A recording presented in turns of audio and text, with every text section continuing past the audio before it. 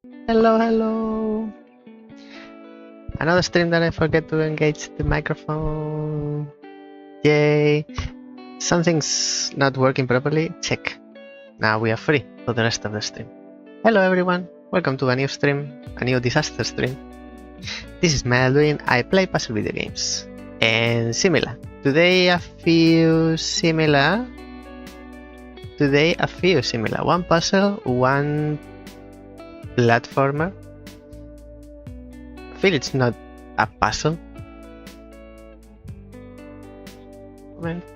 And the other one is tactics, turn-based tactics. Also, I don't feel it's a puzzle, but it's forward thinking, which is what we play here. Puzzle as a genre umbrella, puzzle games. Today we start with NULLPTR.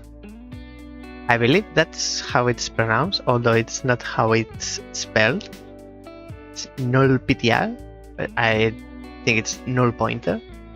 And then we changed for Invertinator, which we already played 2 weeks ago, if I'm not mistaken.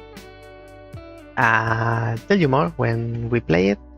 And we end up with Invoker Tactics, and that's the turn-based tactics. It's in the title, Invoker Tactics. I'll tell you more when we get there. Regarding reviews, I published 2 last week, as I said I would. One was So to Speak, and the other one, the Detective Warden. Both are published on Steam, on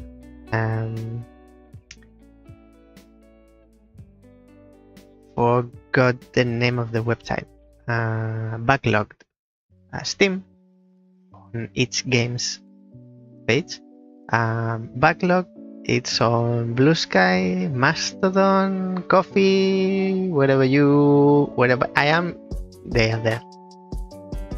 And also this week, very quickly before we start playing NULLPTR, I finished one more button, which will be next review. I think this next week there'll only be one review. Because on Monday is December the 1st, and I make this post selecting the best demos that I played the previous month.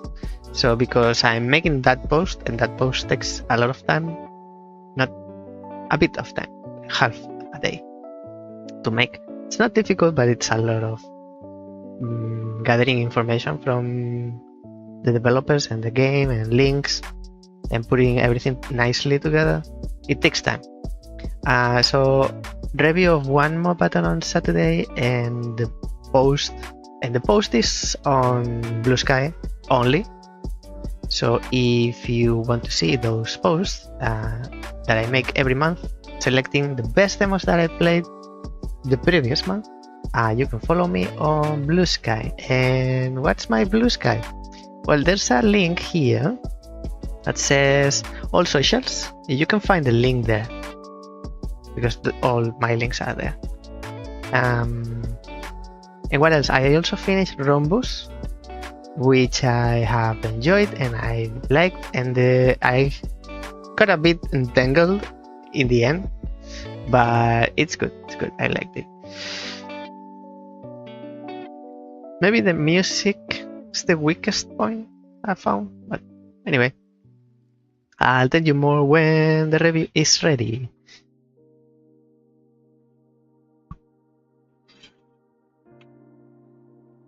Get over there. So, NULLPTR. I know you very well because let me start you and then talk about you. NULLPTR.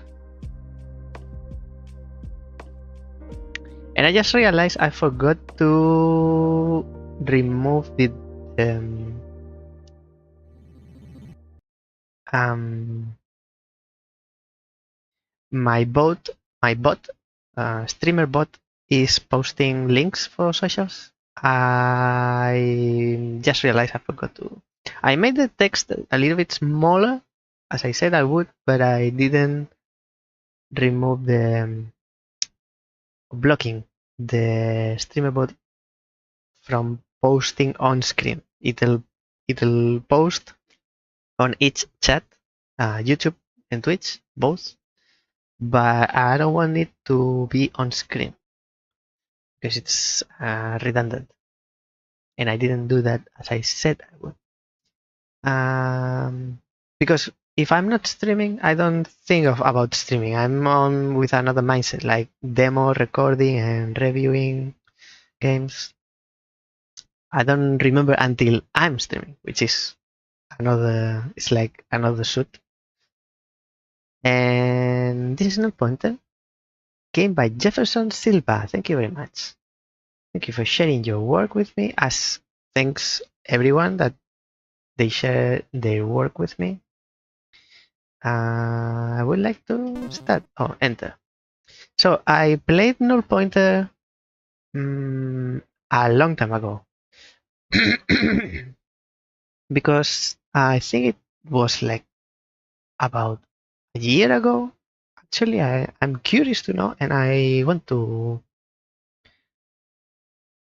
I think I played live on stream, so I should look for live. I want to know. Let me check.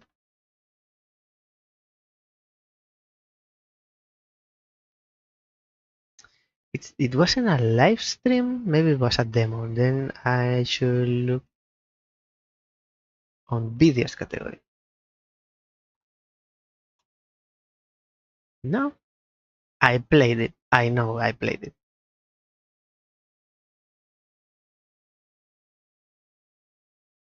If it's either a video or a live stream, there's no other possibility.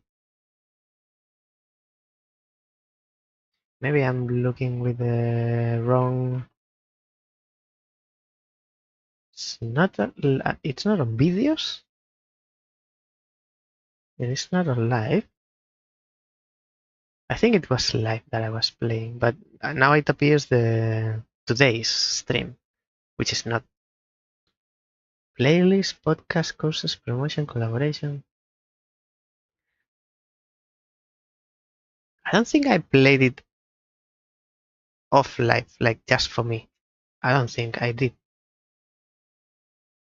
But anyway, it was about 1 year. I wanted to know if it was last October or last year, or it was this year in February, which I don't think it was. It's about a year or more.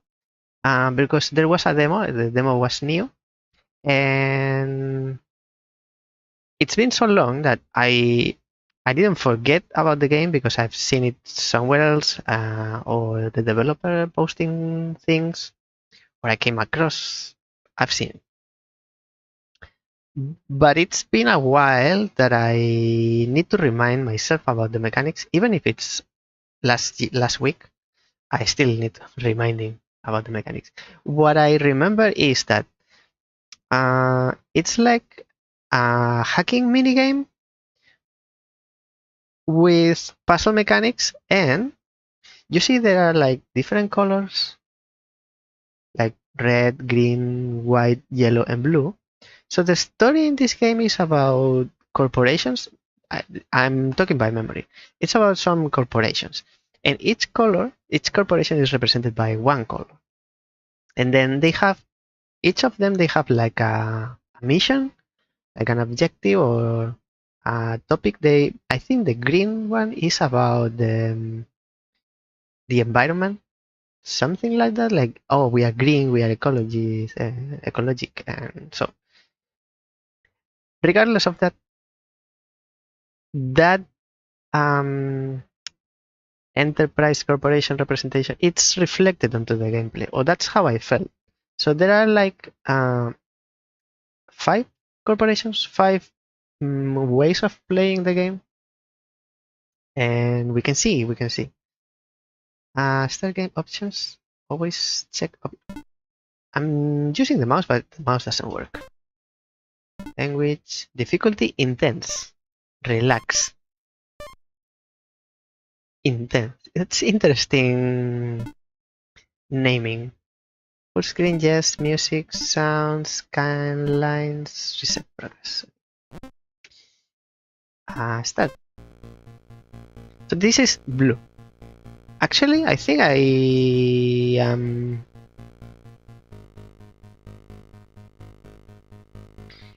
have the progress from the demo unlocked.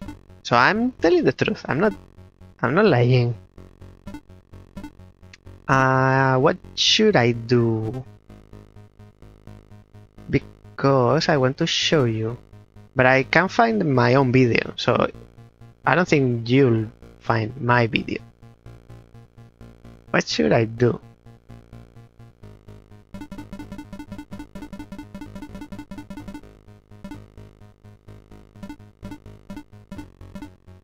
So this is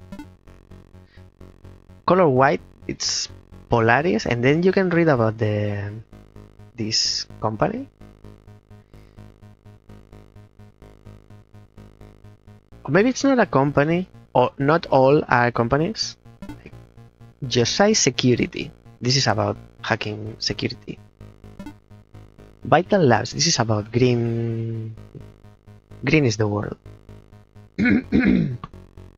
Vital Labs quickly developed the first working prototypes, but this is... So, okay, let me start from the beginning, because we need to be on the same page. You start here, and this is white world, and then this is... I'm not sure if this is a company, or it was done, this is like telling you a story, fragmented. So every level that you complete, like this one is a level, and then when you beat this one you go to the next one, and then there's another bit of information, a bit of a story unlocked, and then if you go down, it is, if you move to the right, you have all the levels, and then you have the number. So it's world 1, this is like hotel rooms, level 1, door 21, level 1, door 22. So in world 1 there are 25 levels, and I got to level 17 in the demo, which is not bad for a demo. And then if you go down, or up or down, you move on to the another layer. It's another world, another corporation, and then it tells you the story of this corporation or company or business, whatever you want to call it. And the red one has 25 levels as well. Green one is Beta Labs. I bet you it has 25 levels. And this is the last? No, there's another one, blue one. Aim horizon in front of thousands of carefully set. Let me read the first one, waves. And the levels have names. Okay, an endless ocean of particles move to the rhythm of the universe. To anyone unfamiliar with the rules of the dance, it would seem that they were moving in total chaos. And then level after level it develops the story about this company. Again, I'm not sure if it's a company, but I'm talking by memory. And the blue one, haven't checked the yellow, but if this one has 25, pretty sure. Yellow one has 25 as well. Press L to read data. Wait, this is okay to go back. Her name was Sable. She was walking alone, and then if I press L, I think it's an extended.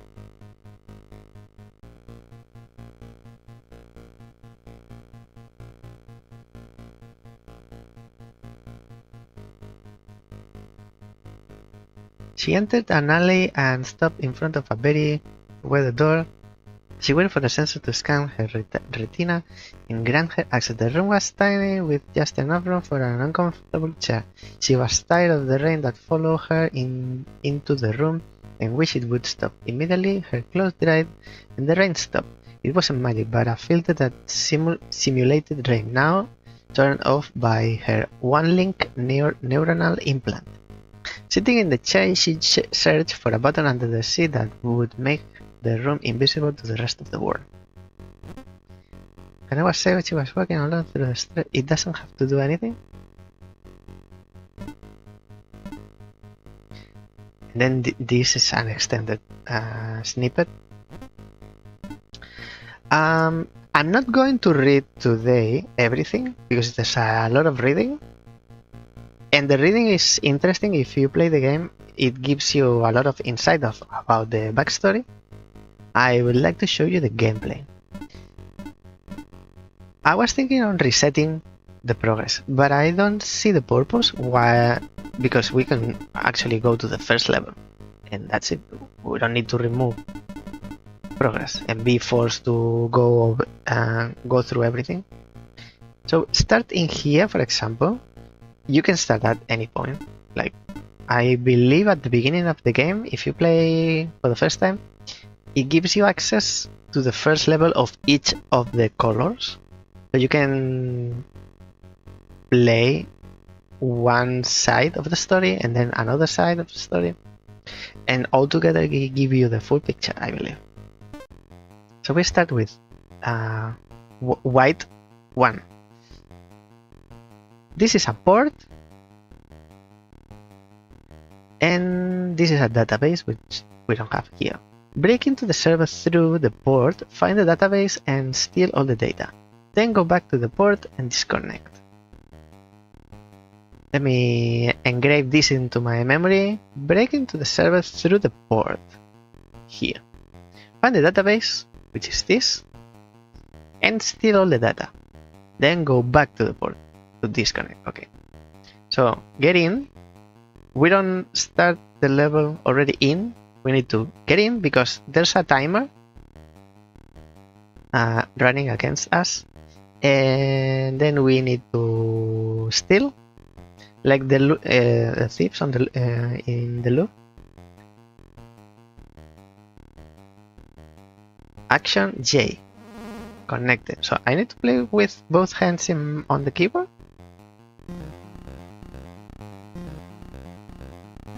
Download. This is a sample. Then you need to go back and it records the time. It wasn't a sample. That was the level.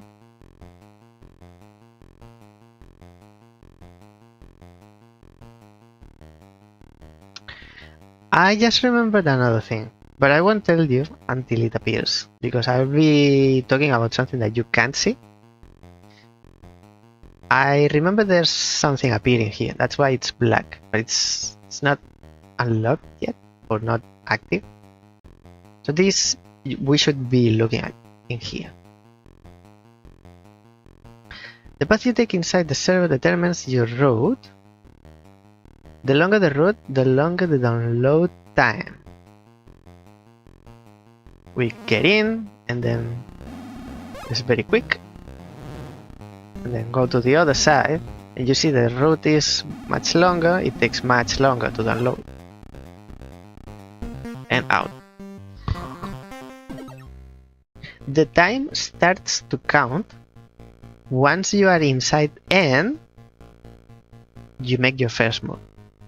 You can get inside to peek, see what's going on inside. Like in here you have 2 routes. Maybe you want to check which one you take first. Maybe there's a dead end in one of them.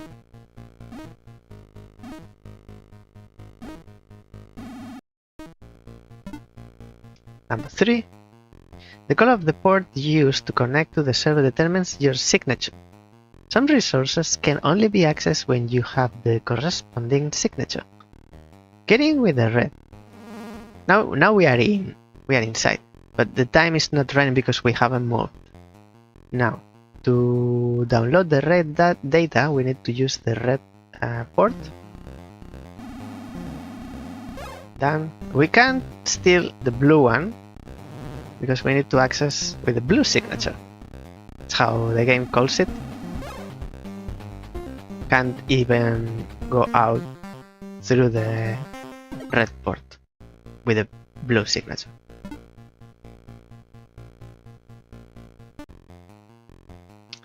Closed. This is quite tutorially, but it'll get much difficult, more puzzly. It's a bit like action game, but there'll be plenty of time for puzzles. By connecting from any open port, you can install backdoors to open closed ports on the server. I need to read this again.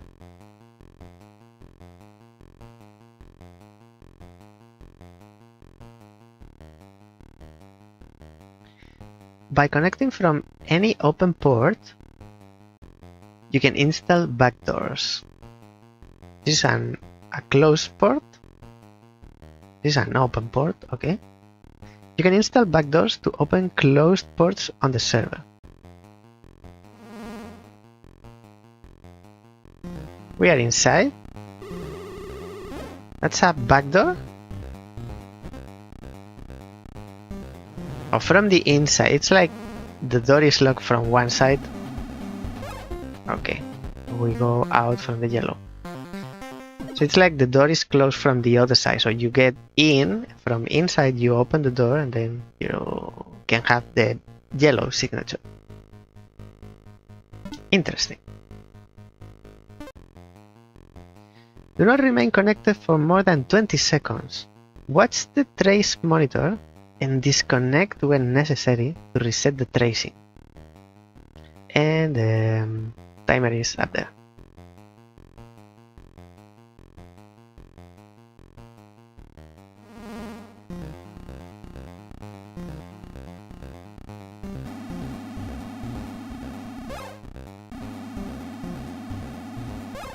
We can't do everything in one go, so we need to leave and come in again.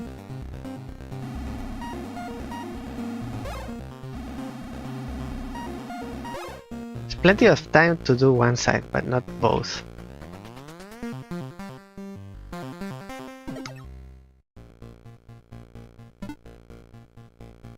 And it says my last best time. When I did it on the demo, it took me 10.65 seconds. And again, I encourage you to read. Press C to read data. A lot of reading. And very interesting, it sets the world quite well. Fast forward, set, and X is to go back. We haven't done this. Sentinel programs speed up tracking if they touch you. Where is the sentinel? Watch out for sentinels with blinking outlines. They are able to track you by touching your connection route.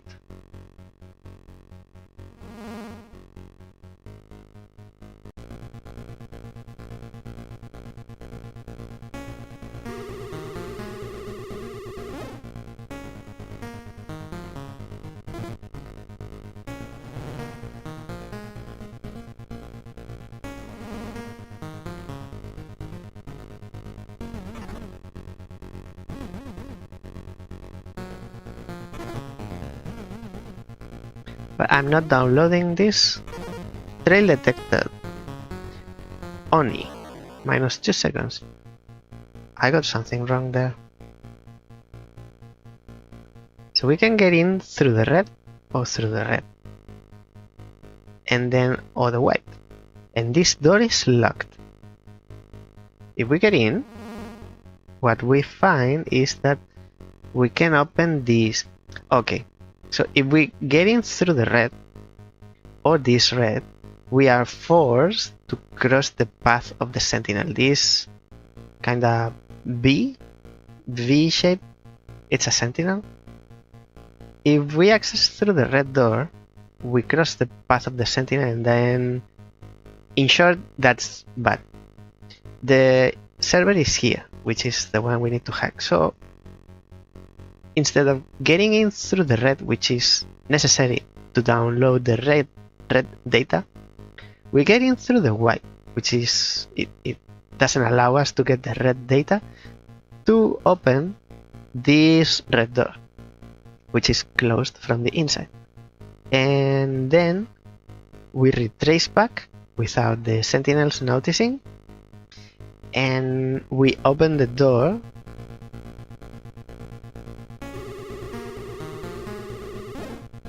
Now we can get in through that door and not cross the sentinel's path.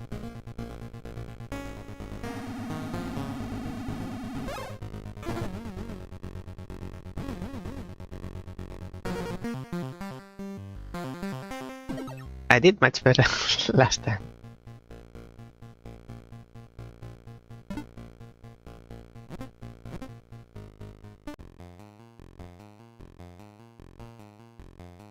Other than your own recognition and acknowledgement of doing it better, I don't know why the time is important. I don't know if there's a leaderboard or achievements related to doing it faster and better, or secrets or something like that. It doesn't directly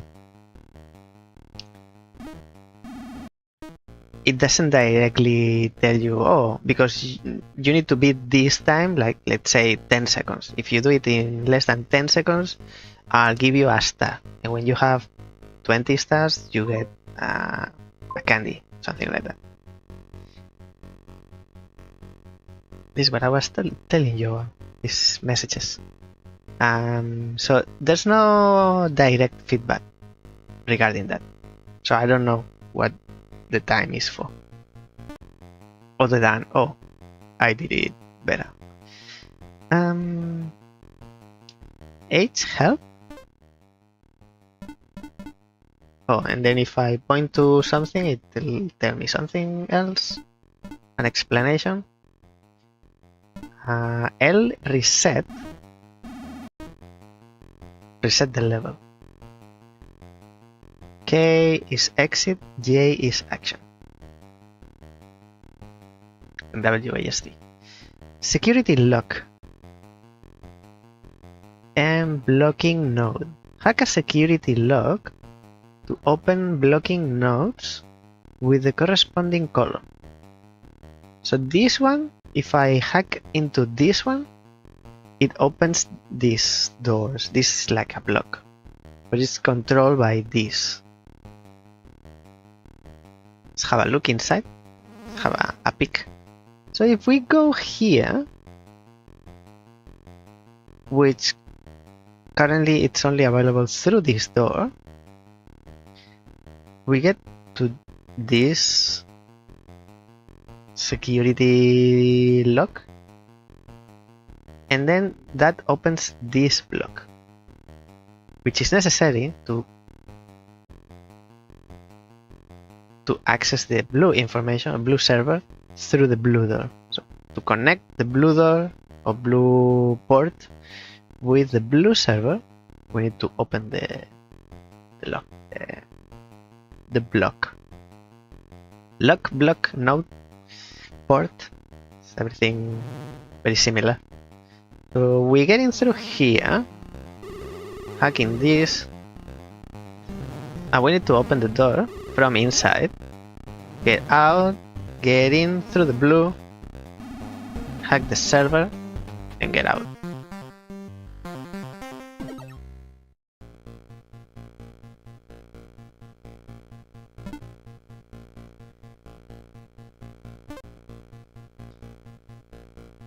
Oh, here we have this. This is what I was remembering. Now this will be important. This is a gate. A gate opens when your route contains exactly the number of nodes indicated on the gate that match its color. Pay close attention to the route profile. Route. Confused. Let's have a look inside. So this is a gate. Once our route has crossed this number of nodes, this opens. Interesting. So we can open the white door from inside. We open this door. And we leave. And then through this door, we can access this door that opens when we have one. And then open this other door. And we leave because we'll use this last door to cross through 4 nodes. Cross through 4 nodes. And then get out.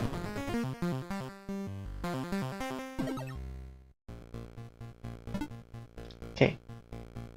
It didn't come into action, this, I think. Let me check. Let me check something.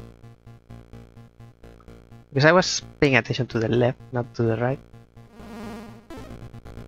Oh yes, it tells you the level of nodes. Okay. Exit. We don't need to do this again.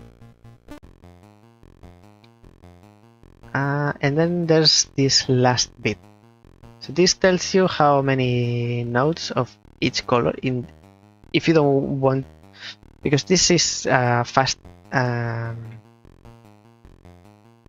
action game, but it's not action game. It's a fast puzzle game. It's a race against the clock. You don't have time to count like 1, 2. Maybe you are counting one color, but you need to count 2 colors at the same time, and you are doing a million things. So you come here and you see, at this point in time, I have 2 of the white and 5 of the red, for example. It's a quick way to check how many nodes you have crossed of each color. Hello, Noru. I see you doing well. I picture you parking your yacht next to Gabe Newell's. And I say this because not for no reason. I saw like last week or 2 weeks ago a streamer with 500 viewers. Like, I've never seen 500 people together, let alone viewers on a stream watching Puzzle Depot. Hey Goober, welcome in. I forgot to ask you last time, how do I pronounce your name? However you want. Really. I say Mael. It's Irish name, and it's supposed to be Mael Duin. It's supposed to be Mael Duin because originally it's an Irish name, and Irish language is very strange, very weird. But my background is Spanish, and if I were to pronounce it in Spanish, it would be Mael. But people generally are English and they say Mel or mail, like you have an email, or women, male, female, any is good. Definitely helps getting the word out. I see. You you must have a bump on your stats.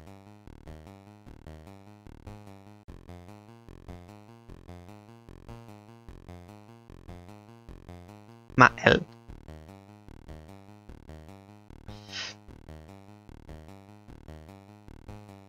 I saw 500 viewers and no, this is... counter is broken. There aren't so many puzzle viewers. And I didn't know the streamer. I checked. I think I checked. Did I check? I don't remember, but I know myself, and I probably checked. I think they played like a variety, so it's awesome that they played a puzzle game and they had 500 viewers, and it was Puzzle Depot, which I keep it close to my heart. So I feel like it's my baby as well. I don't know why. Also, I don't know if it's not much actually. We gotta just slowly collect reviews and hopefully that makes something good happen.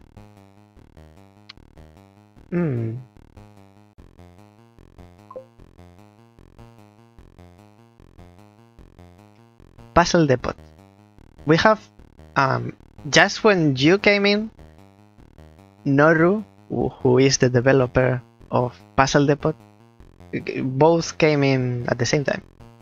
So Noru is the developer, one of the main two developers of Puzzle Depot, and it's a game that I have good memories. They say fond memories, but it's not good memories because I had Noru, aka Jeremy, on my live stream and I interviewed him, and it was my first interview in the channel. It's Puzzle Depot.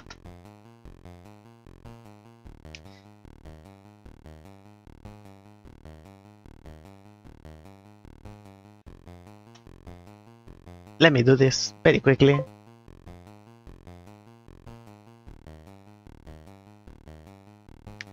Now I have a problem. Where is my chat? The chat is...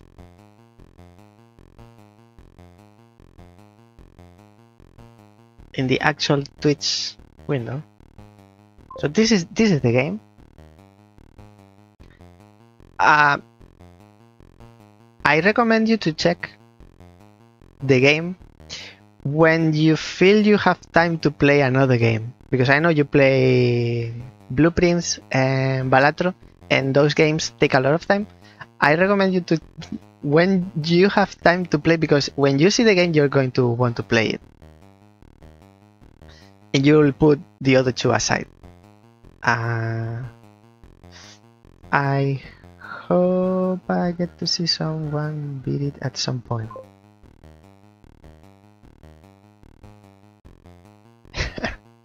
I don't know very well because I just played the demo, but I've seen people for like a year only playing Blueprints. I wanted to ask you, Goober, I have, because you know more than me about this, and I'll make a break. I'm doing a pause from streaming NULLPTR, which is today's game. You are a VTuber, and for a long story reasons we don't need to explain, I need a VTuber, but it's just for one time. Do you know? I know nothing. Do you know how to get quick, easy, free VTuber model? Because I know they have to be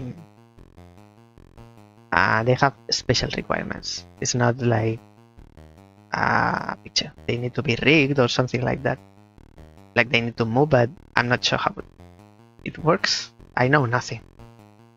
And then my other question is, do I need, it's not for me, it's for a friend. Let's say it's for a friend. a friend of a friend. Do they need a special software? Because again, I know nothing, and it's not just activate the webcam and it works, right? They need a special software. And if they need a special software, I would like your recommendation if there are more, or if one is the best, or the one you use. Because if I go on to Google, it'll take me 2 days to find out. And I trust you. You know more than me. It'll make my life much easier and save me a lot of time. It'll be, for anyone watching, it'll be clear when once it comes into action. When it happens, you'll see, oh, that's why he needed a VTuber. Yours is a PNG tuber, technically. I know no difference. I know there's some are 3D, some are like an image, like the 2D. PNG tuber. But even that requires a specific software, and my artist made a model image for me. They basically did the work and just told me what to install. Same as me. You need a full... No, nothing. I mean, I don't know if it's more complicated to do it in 2D or 3D, but I don't have any requirements. There's a PNG image that changes when you talk. Yes, that's exactly what I mean. I'll give you a little of a hint / spoiler. It could be anything. I just need something that moves, and something like it appears like it's a mouth and 2 eyes. Really nothing. Because the alternative is to have a still image. And if I'm going to talk for 3 hours maximum, like 2-3 hours with someone, and there's a still image, it's less engaging for viewers, for video content. So anything that moves. And just as a minimal spoiler, this is related to slugs, like the animal, like homeless snails, slugs. So I'm wondering if there's a website, for example, that you can Google like slug, and there's a whole database of very simple VTubers or whatever they call PNG tubers. Or I don't know if there's a name for the whole thing, or you need to specify. I know nothing.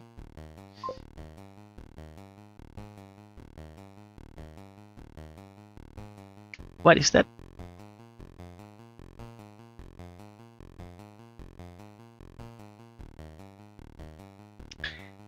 I don't see what the icon / emoji is, but I think you got it.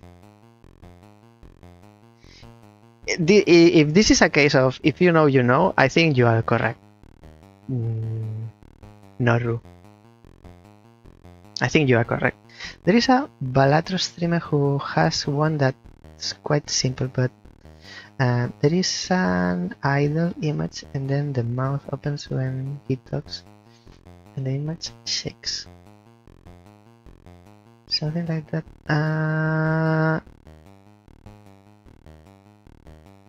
Something like that, yes.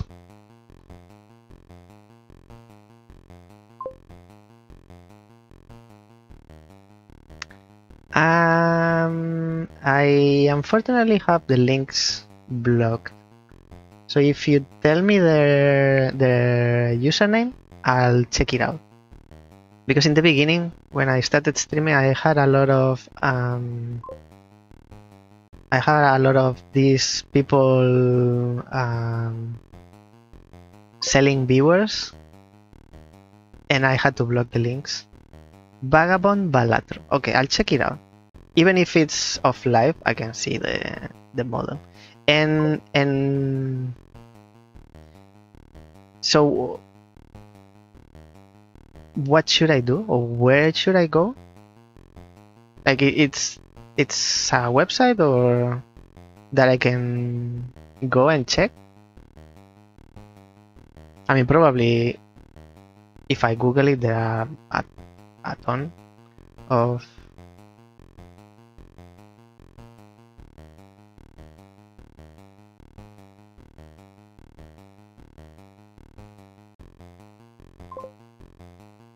places, but I wanted to ask if you recommend me, like, go here and use this software, because I think you need a special software.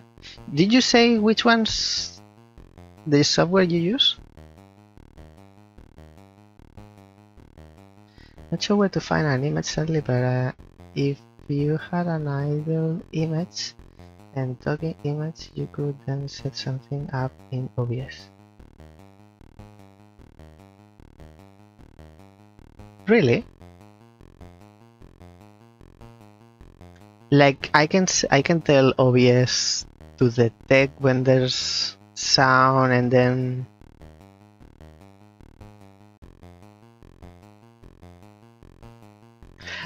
like specifically I don't need something in particular. It's just something like if it's a VTuber / PNG tuber and they can move, it's better than two images, transition in between two images. I need to write this down because otherwise I'll forget, and I don't know, I don't record chat, which probably I should. PNG 2.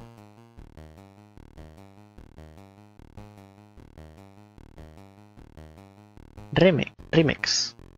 But it requires a specific model type, and I'm not sure where to find free ones online. Okay. Don't worry. I just it was supposed to be a quick question, like is there a clear way to do it, because I know nothing again, and because you are using one, and you said the name Vagabond Ballad.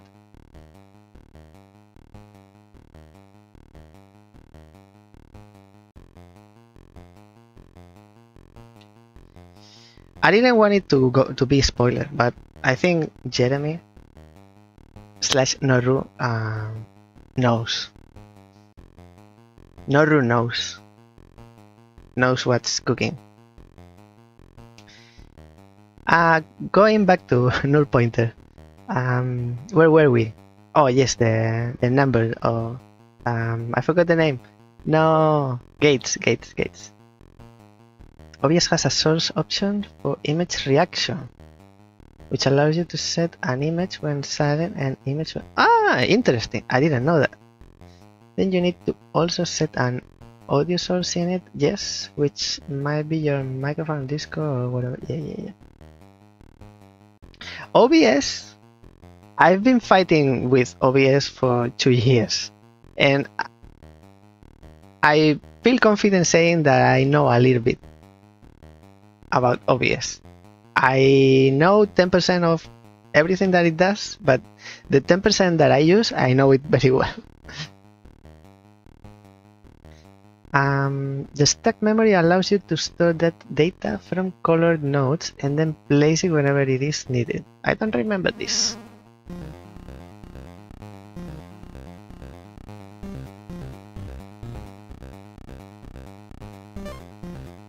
Okay. It's like collecting. I get it.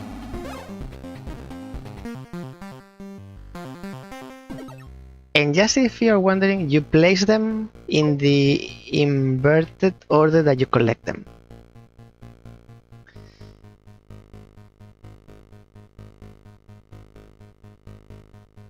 Okay. It happens to me as well, don't worry.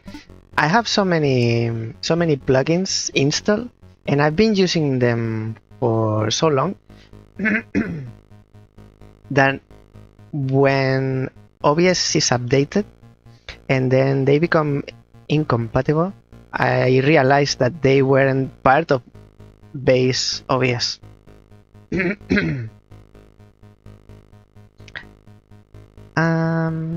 I think that's all for the mechanics. The main mechanics, I mean. Firewall downloads are blocked if your route passes through a firewall. Other actions are not affected. So we can cross this diamond with the data. Now we open the door for the other side, and then we go through the door to the other side and download the data, and we leave. Okay, I understand.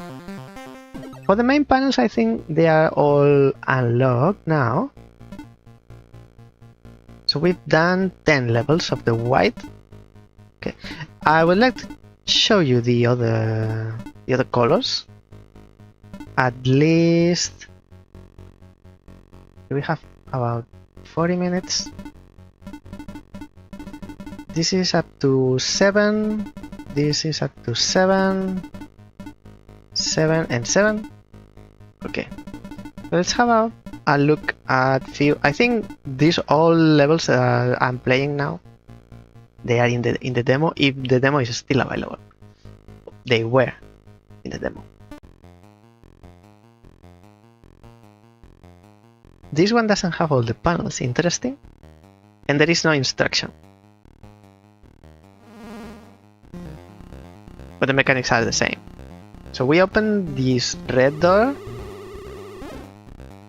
and we leave so we can get in through the red. I don't think... oh yes. We get out. Get in again.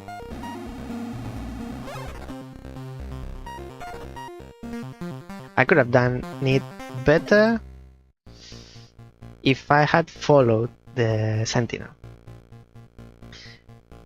But yes, so now we are in the red part of the story.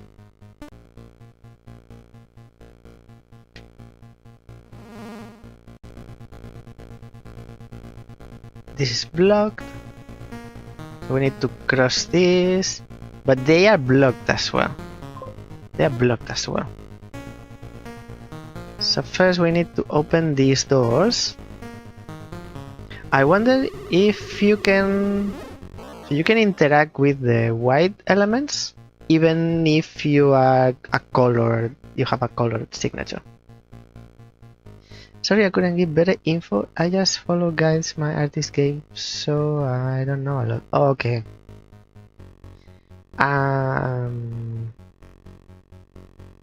Don't worry. I just wanted to skip the process of Googling and spending one whole afternoon searching for, or even getting to places where I recommend you to go here, and then it's full of malware, or so it's not a problem. And if I wasn't able to get a don't know how to call it now, PNG tuber, VTuber, 2D tuber,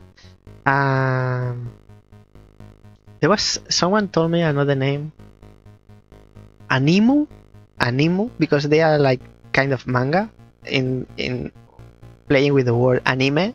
I think they call it Animu. Funny way of calling it.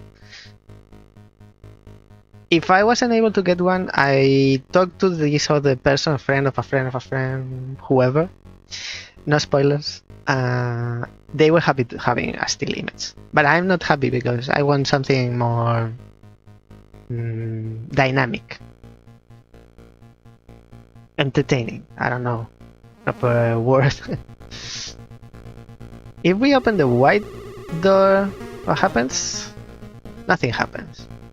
But we still need to open the red one.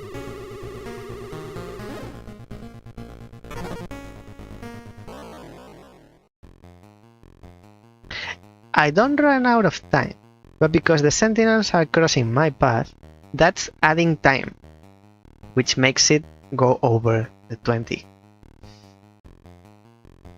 So I think instead of going in a straight line, I should do snaking, and that avoids the sentinel crossing my path.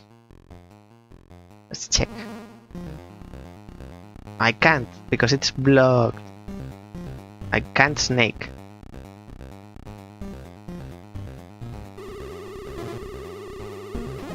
So I should go back and then I can snake, but I'm running out of time.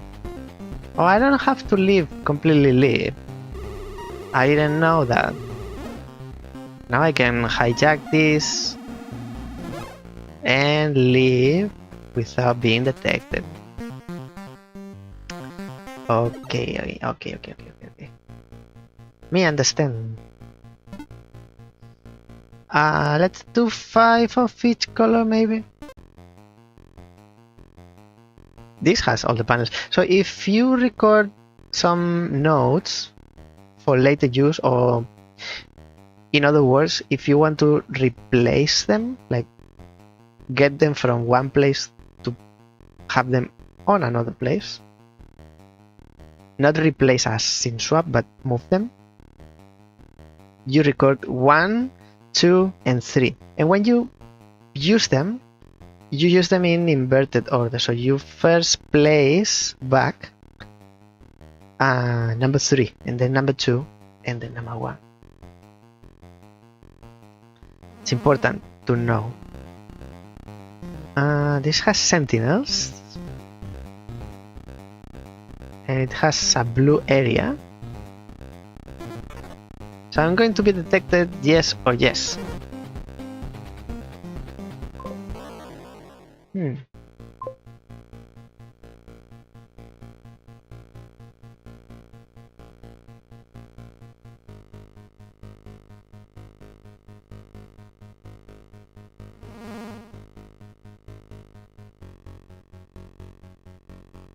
How do you? So you are going to be... Is it possible to not be detected? Because this is the only entry point. Also, Goober, I didn't say, but thank you for the references. The software and the streamer. Vagabond Balatron. I'll check and see. But yeah, I don't have any requirement.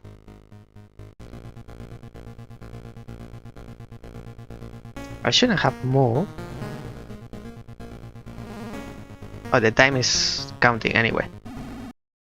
Let's reset. So this is the only entry point.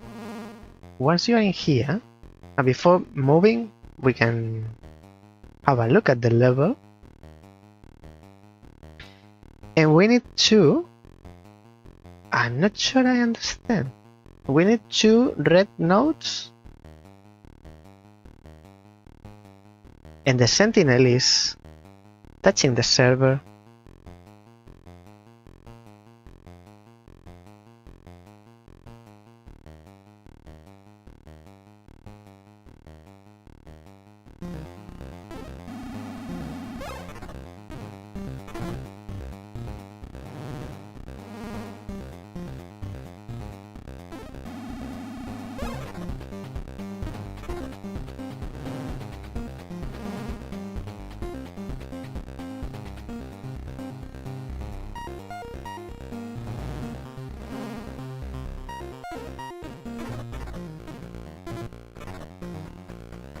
But I have to.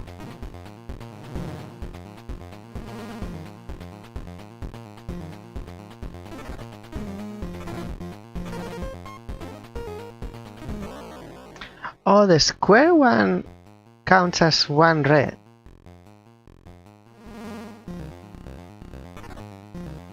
Ah, I didn't know that. I thought they were the round ones. How can I reset without leaving? So this is one red, and this is another one red. I thought the nodes were the round. They are not round, but you get you get the point.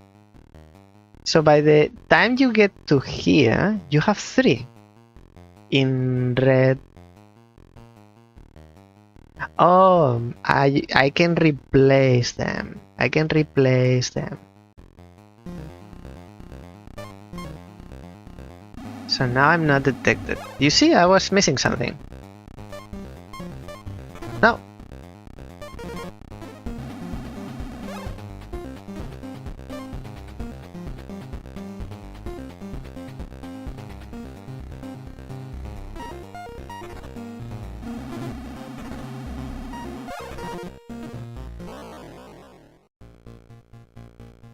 I didn't do it. I wasn't even looking at the level. I was looking at the timer.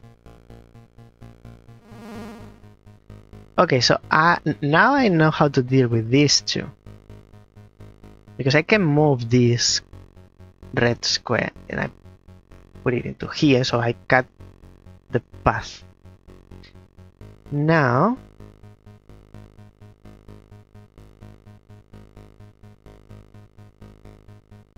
I can even deviate the guy and lock it in here. And maybe I can do the same with you. So I remove the blue from here.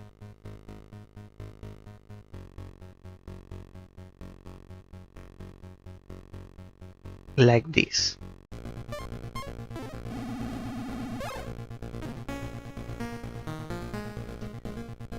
Why are you on the other side?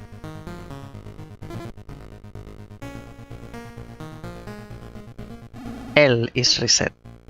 Let me have a look. Why are you able to cross here?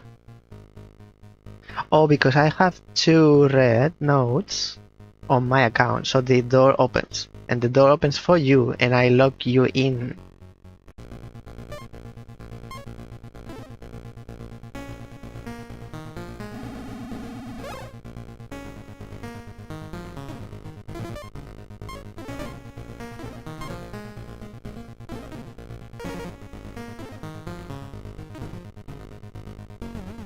Now you're locked. You are locked and I'm dead. Because I went over the time. I get it, I get it, I get it.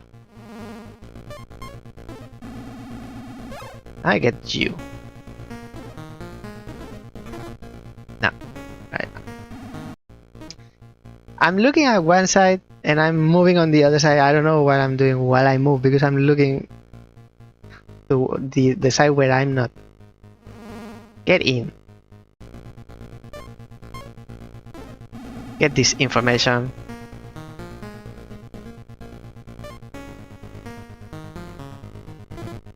Oh.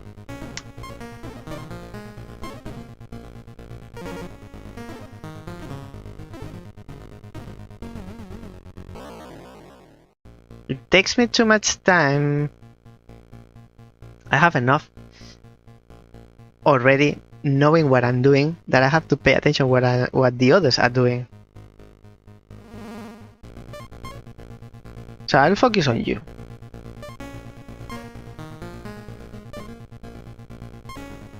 Now please get locked. Now you're locked. Now I can do this properly. I need to get you. I'm not looking at the time.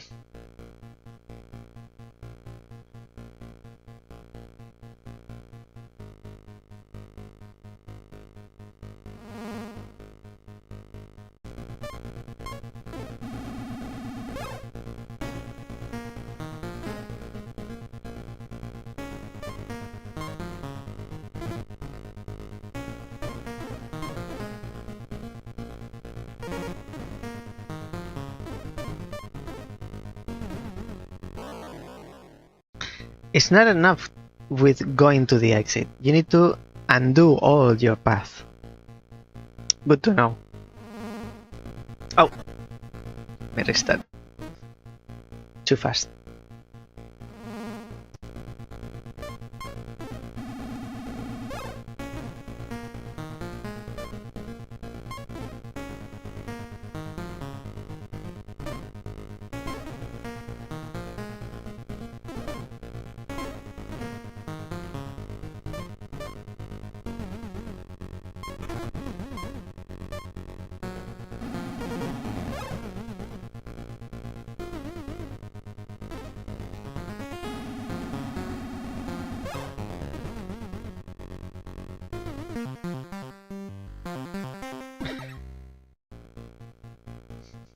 I don't know how I did it, but I'm pretty sure I did it better in the demo. And I could have done it better, but I am happy that at least I did it. One more to see how fast difficulty increases. Although this is quite difficult for me. But you see that now it's not about what do I need to do. It's a mix of finding the path, which is a type of puzzle game, path finding, and action game. You need to do it well timed. So, what is this again?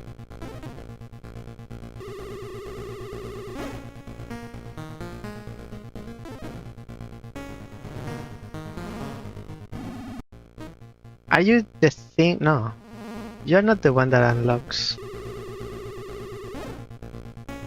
Okay, I see. So what this does, if we hack into this tile node, if we hack into this node, then we can use these two become like this one, like a regular node. We can still cross it. Oh, it cancels everything. Even though we have four red nodes, it counts as it's open. Open, closed. What do you do?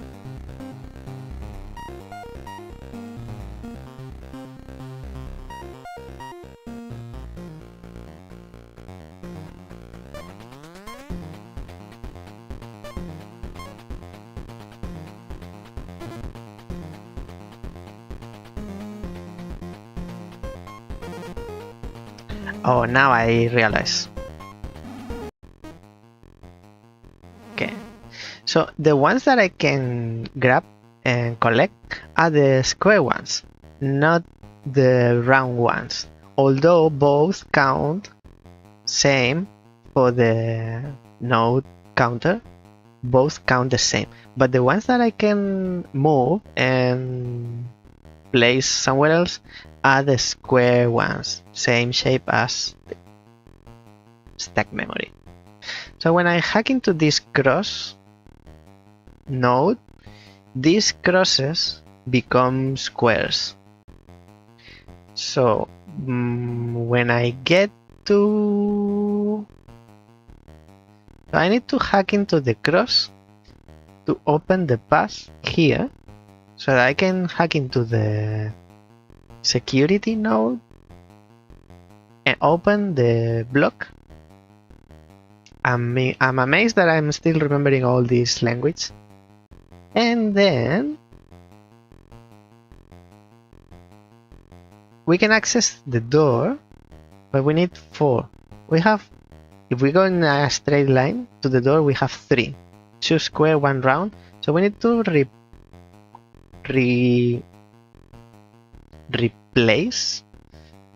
It sounds incorrect, but it is what it is. We have to collect and place another node onto the vertical path. Is this my correctly envision? Oh, and to reach, now I see why there are sentinels. To reach the security node, we need to open the red security node. But that releases the sentinels as well. First things first.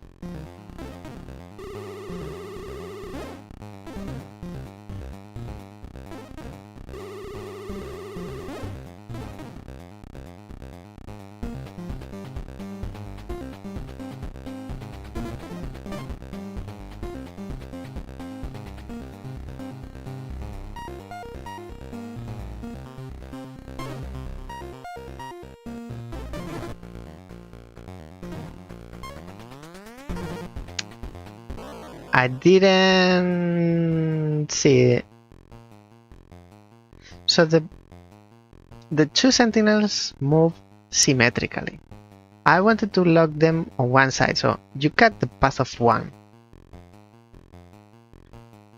Maybe it's about the timing when one goes up and the other one goes through and then they lock both together.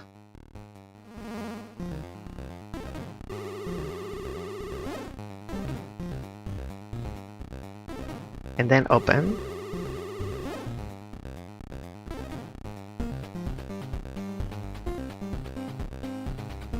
And we lock one, doesn't matter which one.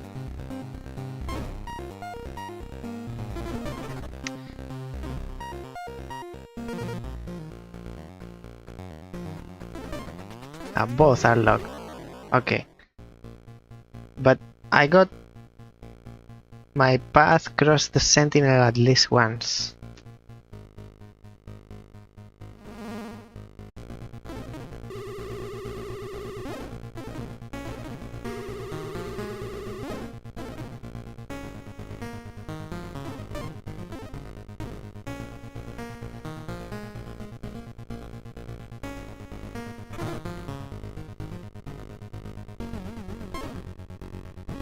This is back to the same.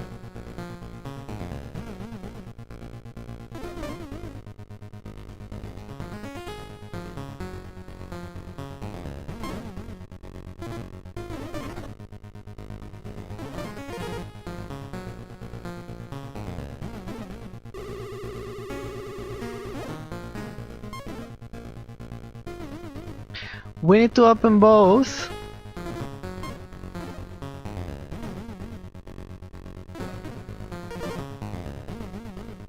Oh my.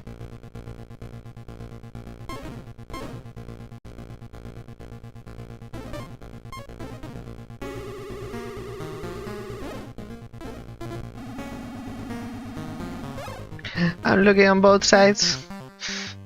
Looking on both sides of the road. Okay, this is level 4 already. Okay, so this gives you an idea of what to expect. At least, let me show you 1 or 2 of each color. I wanted 5, but I got...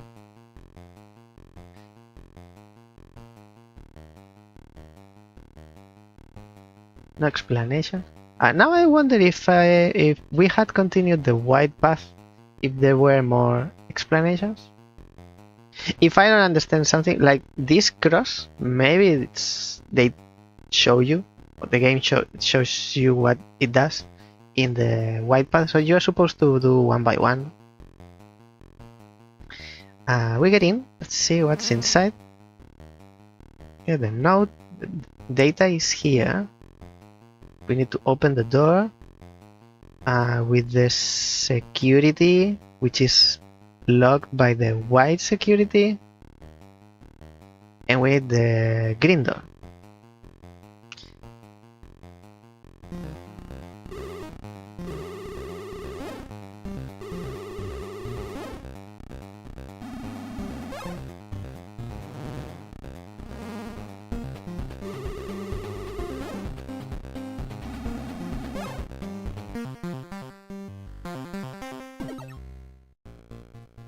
I don't know why it says ghost run. Oh, that's because it says ghost run at the end of the level when you finish and you get your score because I haven't been detected.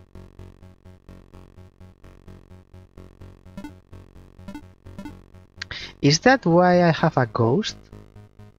in here, like I've been able to finish, but I don't think I did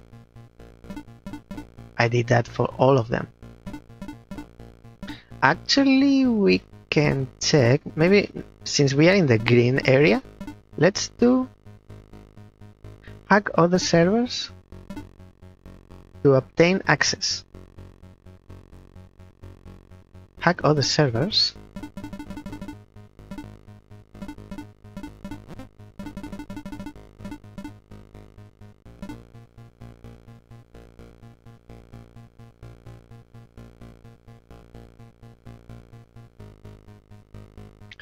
But if I have finished this level, because I have a best time of 18 seconds, wouldn't that open this level for me?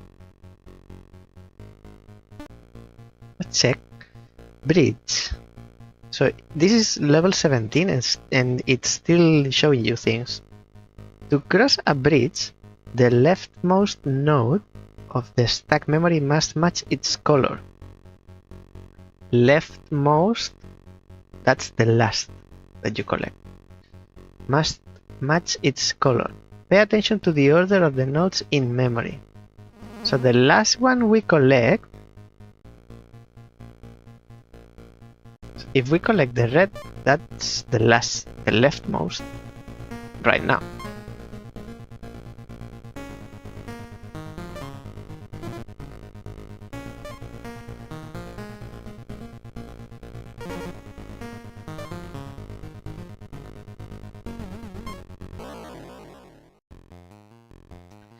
So the next one you are going to place, that's where you cross, because it's like automatically uses the tile.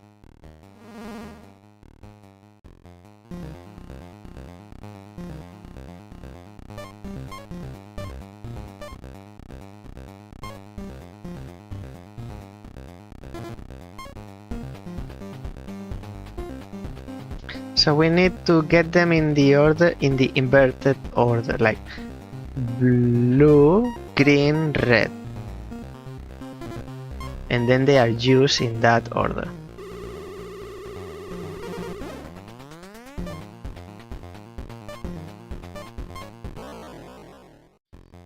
And once you have a node, like in the stack memory, you can't leave, at least in this level.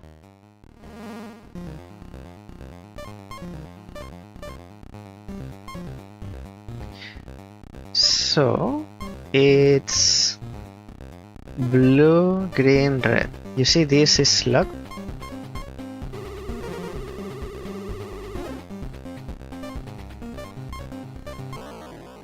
And I need to do everything in one go and faster.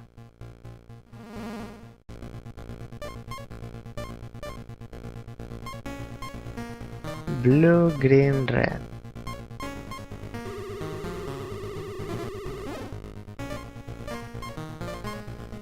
Now it's open.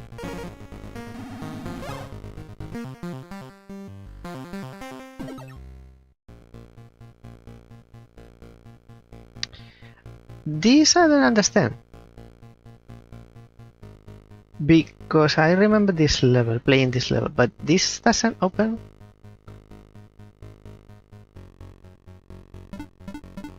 So now I don't know what one needs to do to unlock this.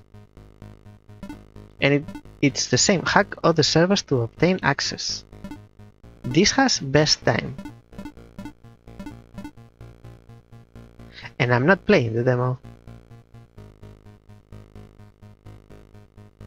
No.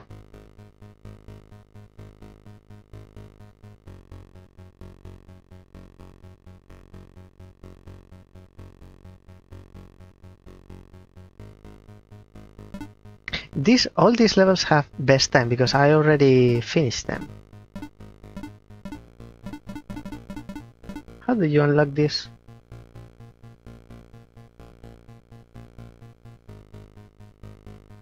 AD to select the server, WS which is up and down, and this is left, right. Hack other servers but I have them all hacked.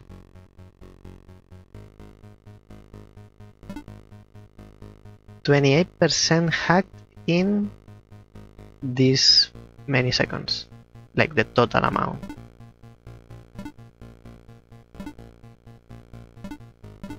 This is same. Best time, best time.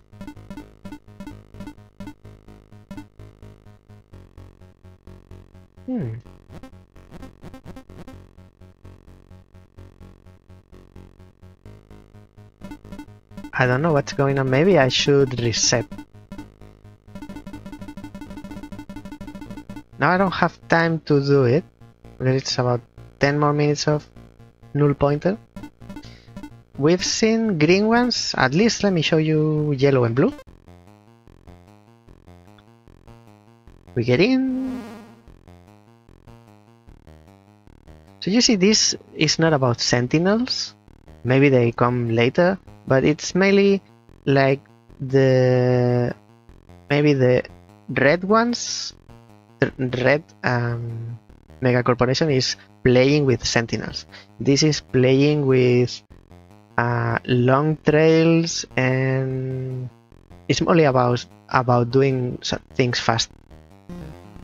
This is about nodes, so we need to count.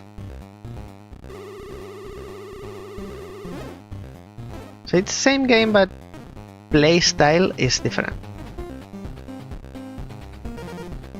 We need 4. 1, 2, 3, and one more.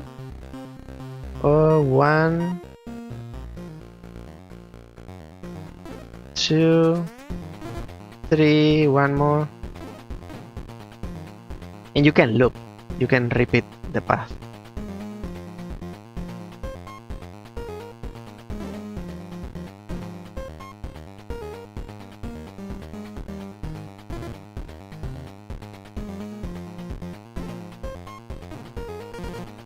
So this is 1, 2. Oh, I was doing it wrong. I was counting the yellow ones because I'm accessing through a yellow node and the door is white. That's why.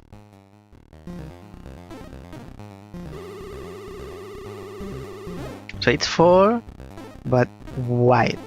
It's like 1, 2, 3, and 4.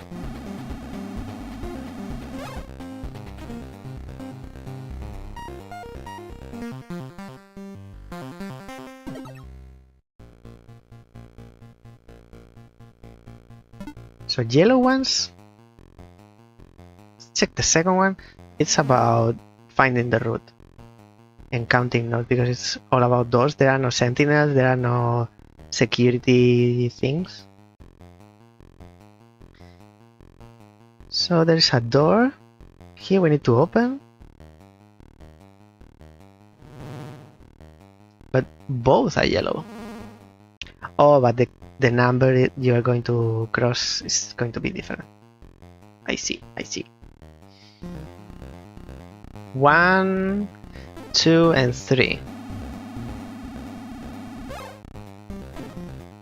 And 2 for the blue.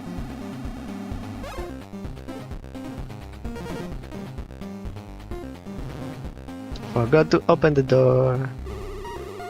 Vilma, open the door. 2 yellow. You got it.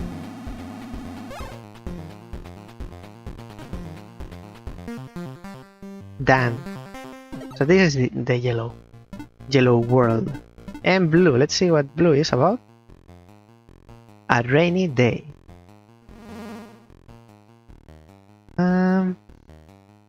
A door.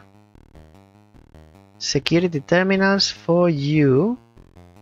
So now we don't have the panel for the nodes because it doesn't come into action. So it's not important.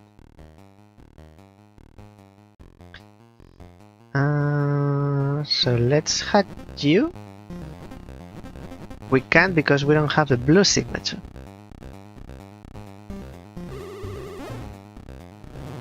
So we go through the blue, and then we got it, blue signature.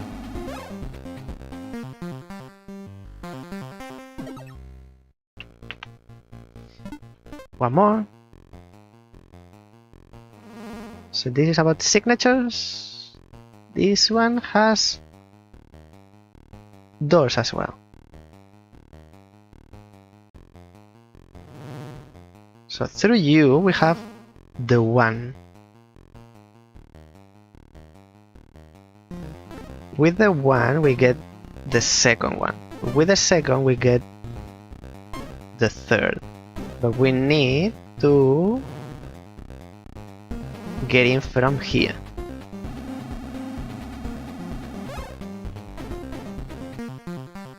Not bad. Not bad. For me.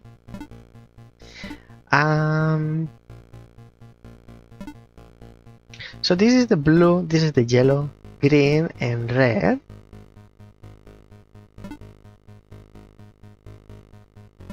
I doubt that I managed to finish all levels without being detected. I doubt it very much. So I'm not sure why it says it shows a ghost. Maybe it's regardless that it says at the end of the level ghost run. And then I don't know how to unlock this. Maybe I'll have to reset the progress. Maybe.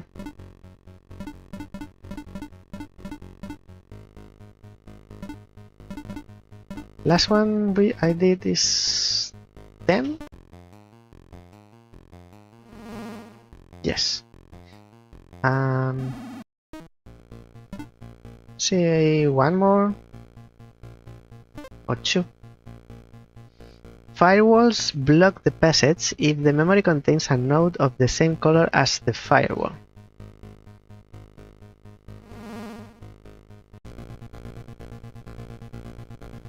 Oh, that's what happened before. So you really should. We can cross the firewall, but if I get this and then we can't. That's what happened in the other level.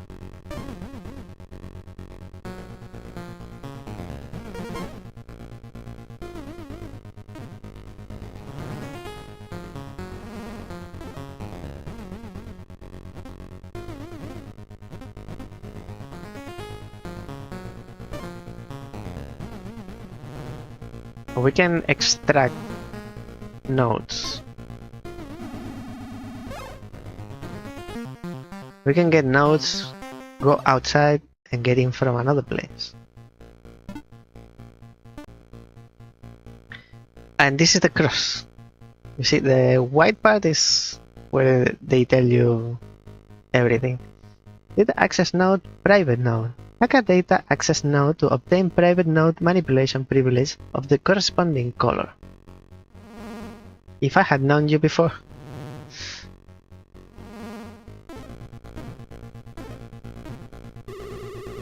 But this allows us to use the green tiles, green nodes.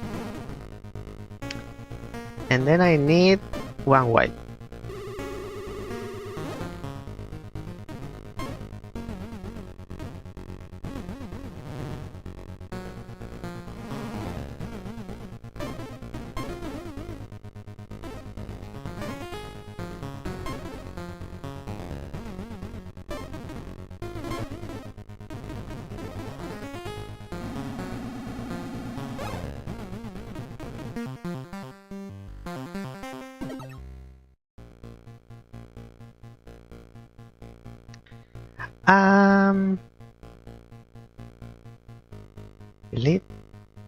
Delete.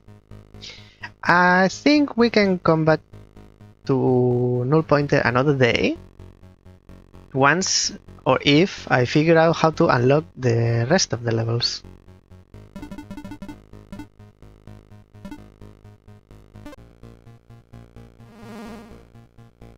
Because I did this. And actually that's the firewall. It's called firewall.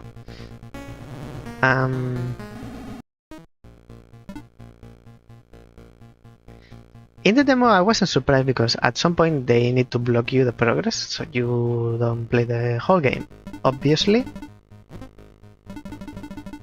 But I think I remember that when you finish one level, you can play another one, or even you start with a few, like 5, you can finish them in the order you want. But for sure, at least one, and one, and one, and one. I don't know. In any case,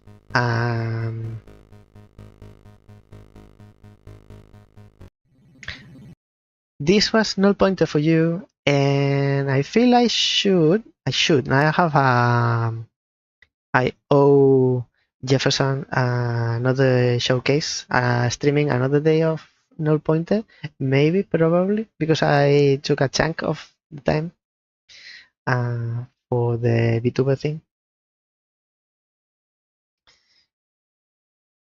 How do I go out? How do I exit? I need to kill it from the Steam.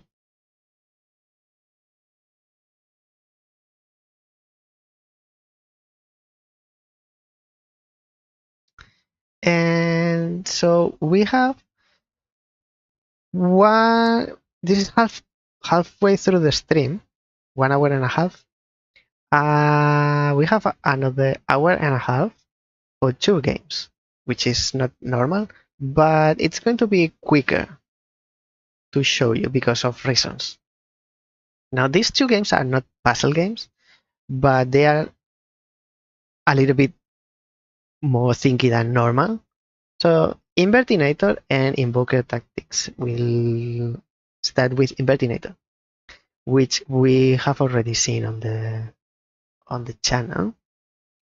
Invertinator is a platformer, but it's not your regular platform. It's a little bit thinky.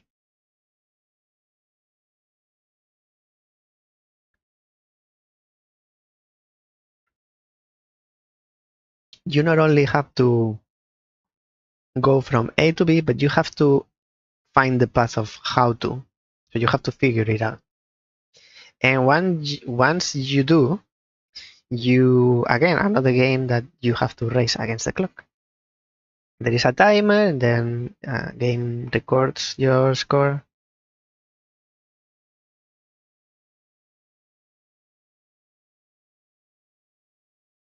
Now we played Invertinator, I think it was 2 weeks ago.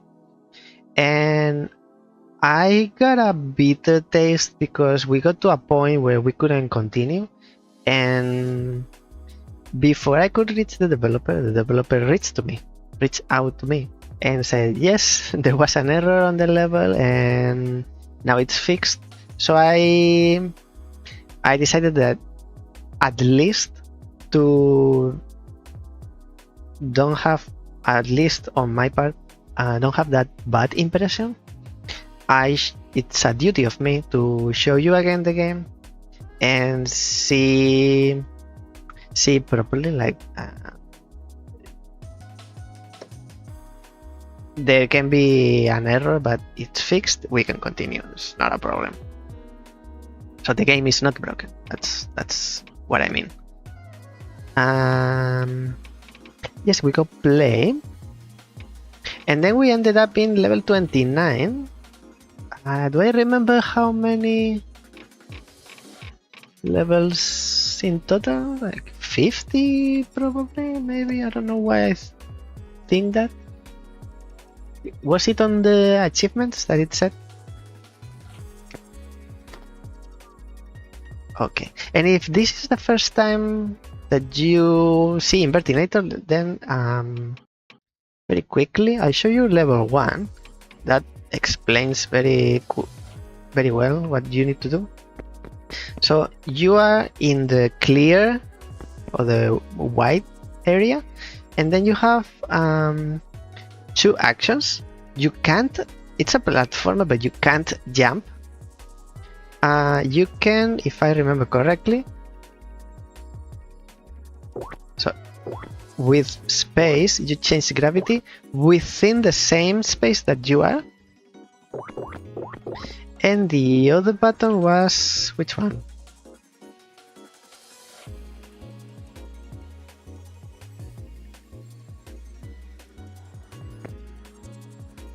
Q, E, D, which one? I don't remember the settings, controls, should be here. Shift, okay. So you can do two things. One is change gravity like this. So you can move. You can walk on the ceiling. And the other thing you can do is flip the character so it goes from the white area to the dark area like this. So now you are playing on the dark side. And your objective is to reach the door. Now that we are all on the same page, let's continue on 29, which was this. It was here where we left it. And it's,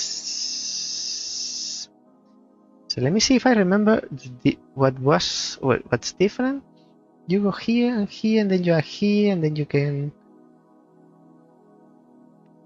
I think they remove this space, so then you can jump in V shape. Okay, I think so. Same as with null pointer. The timer, which is behind me, it doesn't really matter much. Only starts counting when the player moves.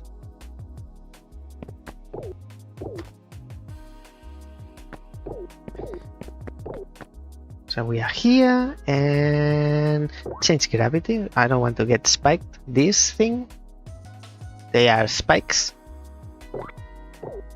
and they sting. Now this is another thing. I'm still the same awful platformer player, but this feels much better. Yay! Victory! I had a D. And then for the new ones, when you finish a level, you get a score. You get your time, how much it took you to finish. In my case, it's 12 seconds, 0.508. And then you are given a score. So in my case, it's always a D, and don't expect me to get better than that. If you do less than 5.5, you get an S. Less than 5.7 is an A, and so on. So if you get it takes you longer than 7.1, like my case, it's 12, you get a D. Go next.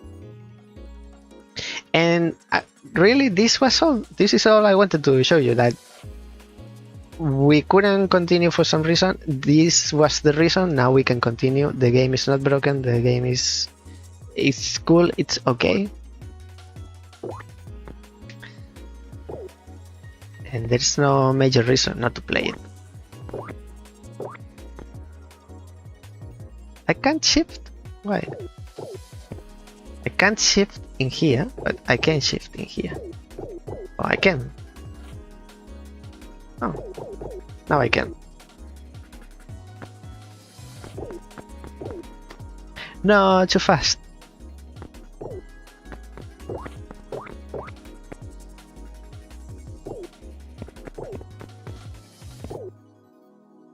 It doesn't get to the end. Okay. The door is here. And the only thing we can do is that. From here we can go very far. I feel like dropping and changing gravity. And that's it. I wonder why there was this thing around. Oh, to make you go around, of course. What's this?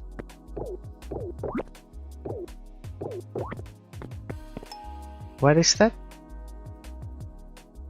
1.5. It's very simple. Let me try. 1.5.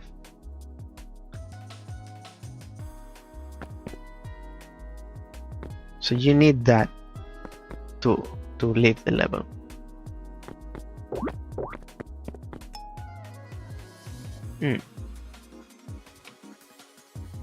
Finally, one level that I feel I can do it, because I only need to press one button 2 times. 1.567. Looks like a joke.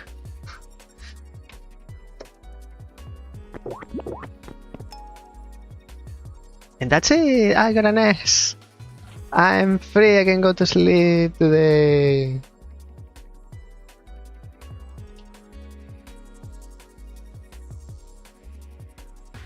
Finally, some goodness on my day.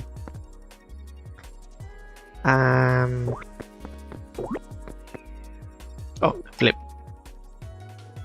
1.925. Should I try?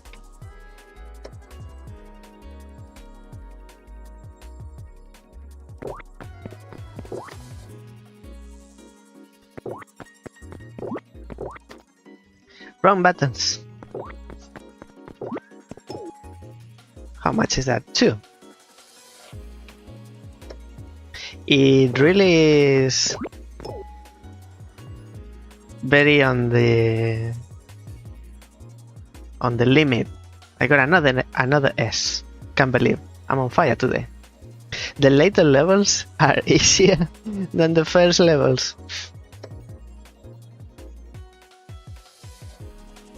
So now we not only have to reach the door, but we need to collect this orb. Yeah, let's find the path first.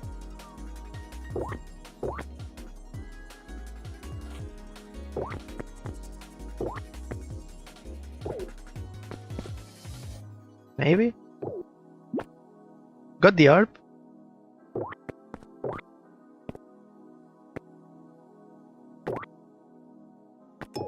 And I got to the door. 5.8. You are dreaming.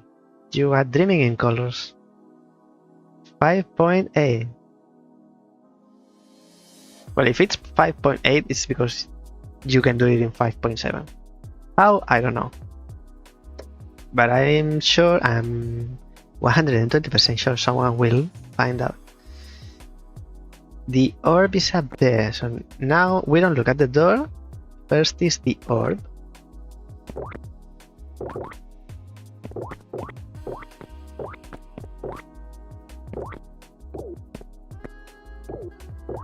Okay. We can cross through here. We can flip ourselves in that area.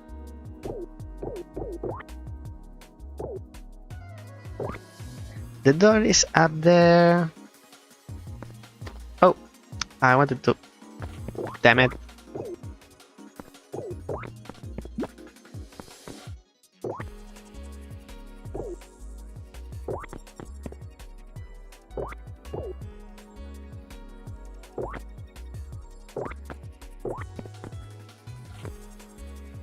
Oh, you need to go around.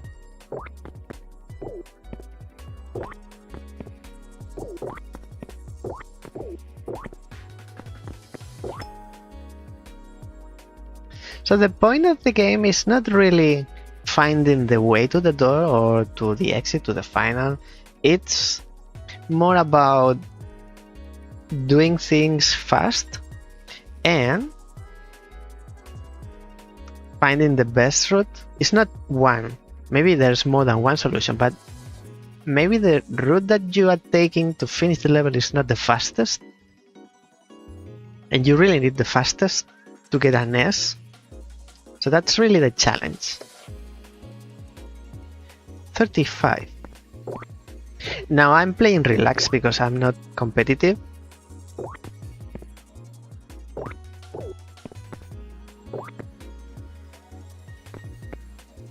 not really into beating scores or anything. I just want to show you the game. So, got that.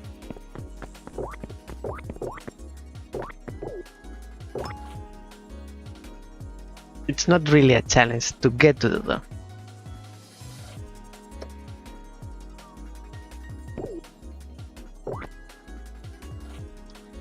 You are here.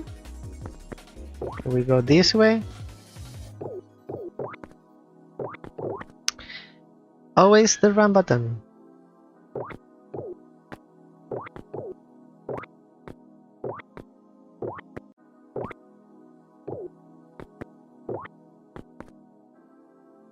And if we touch this moving block, we die. Just so you know.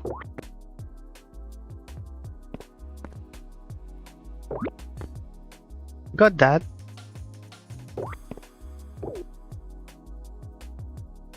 Now how do we? No, I thought I thought I could get to the other side. I should have been on the safe side.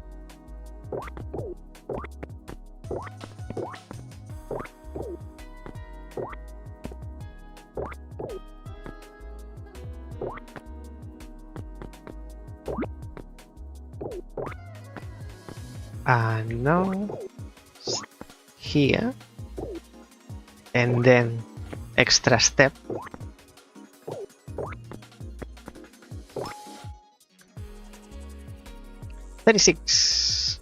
Level 36, 29 seconds.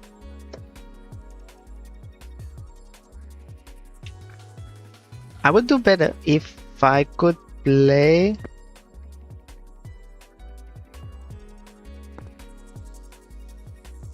with two hands.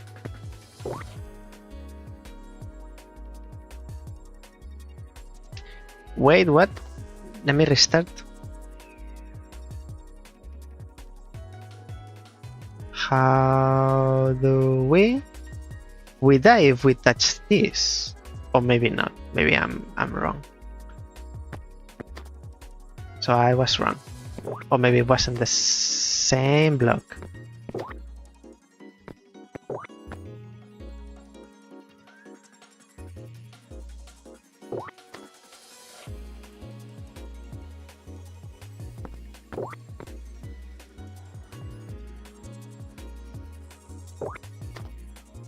Do we need to do that?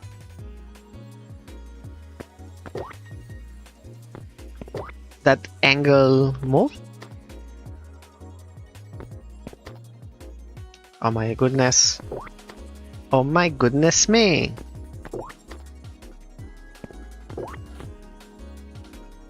So do we need to? No. Can be.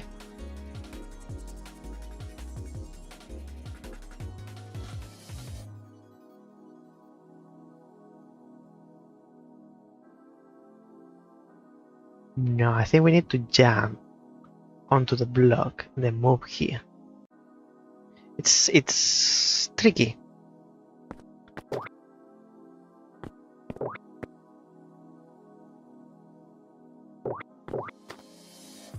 Faster. Same but faster. Idea is good, execution is awful.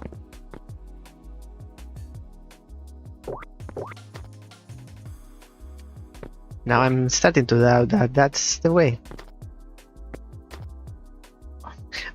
The level is not even load and I already died. Loaded.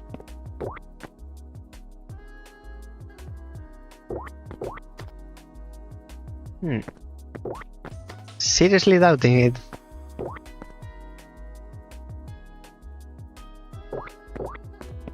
Okay.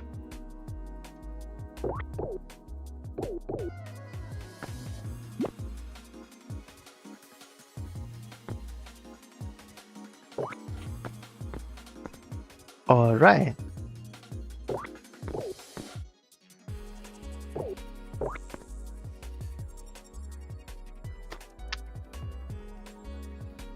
The block killed me.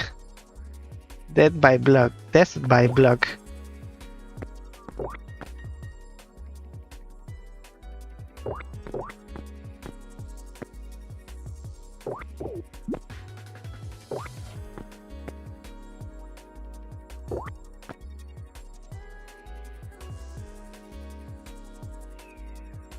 I'm not touching that until you go away.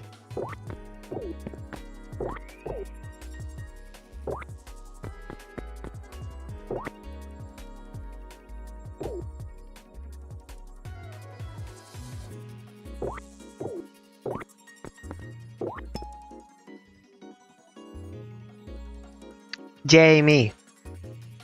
And that's not my name.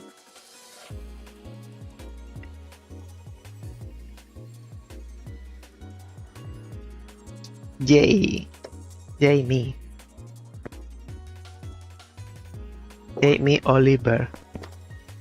Why am I going there?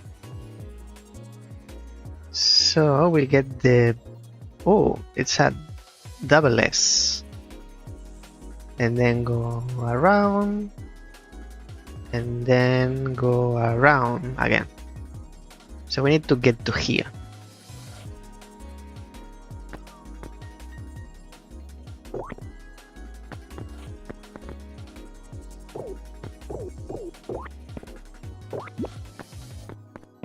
I feel like that's the hardest part.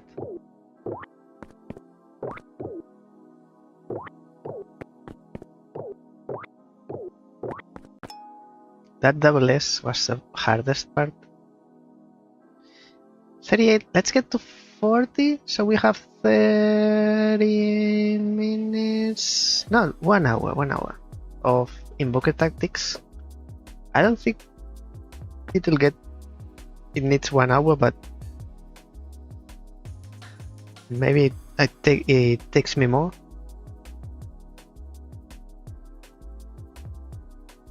So the orb is here and the door is here.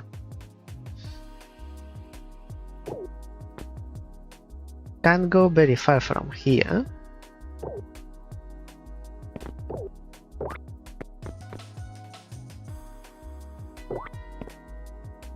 These blocks, I don't know why I thought they killed you. They don't kill you.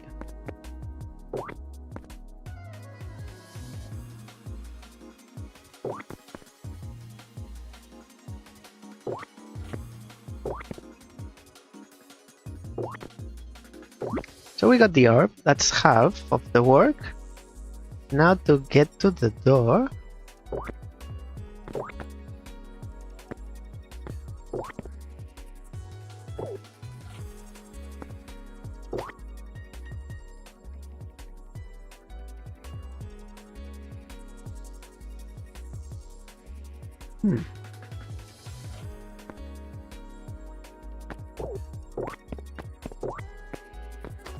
Oh.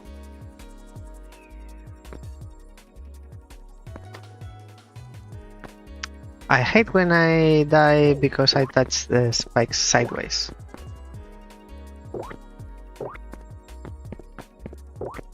Oh my goodness me. That's halfway there. Here and then here and from here. Not again.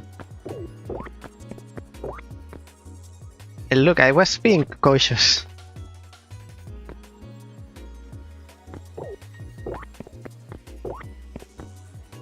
Imagine when I'm reckless.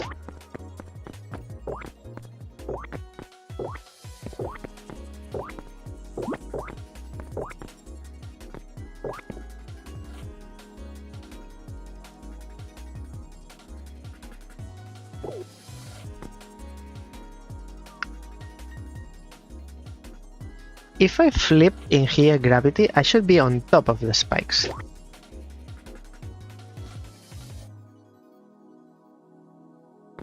That's what I wanted to do the first time, but it didn't work, and it still doesn't work. I don't know why. You are stepping on the bottom of the spikes.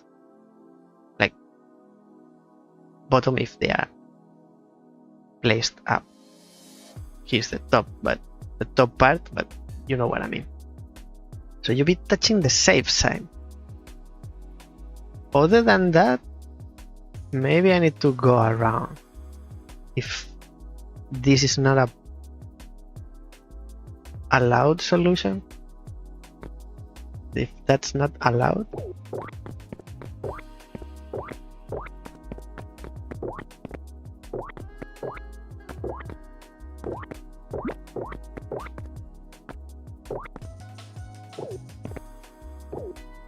so from here, flip. I don't know why it's not working.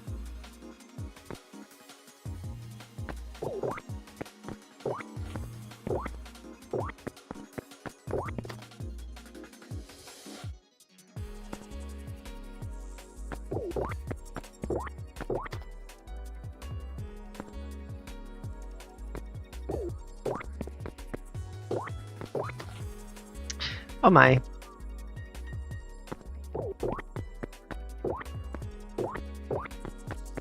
I can't be fast. If I do it fast, I die irremediably. Now, careful, careful now.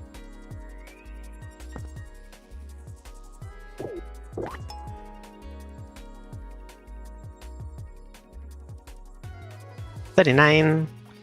And we change for invoker tactics because I don't know how long it will take me, but I'm happy to have shown you that there's more game beyond level 29. And I think it was there are 50, but don't want to spoil the end. And if you feel like you are competitive in the sense of racing against the look, 36, 12, 37, 21, 1.3, 1.8. If you are that kind of player, like you enjoy this kind of like Super Meat Boy but without the gore, Invertinator could be a good option. And this is why I brought it back today. So, day 2 for Invertinator. Let me show you Invoker tactics.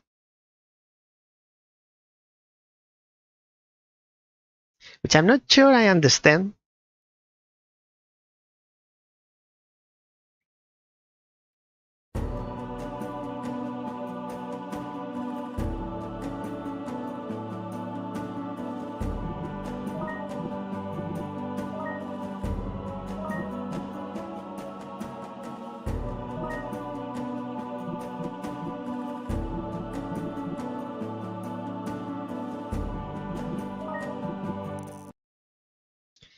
On the side note, if the developer of the game is watching, you really need credits, like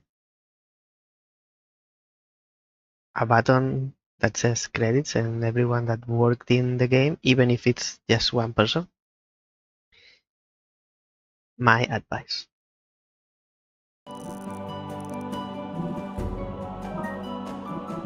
Actually, let me lower it. I don't want to feel like I'm shouting.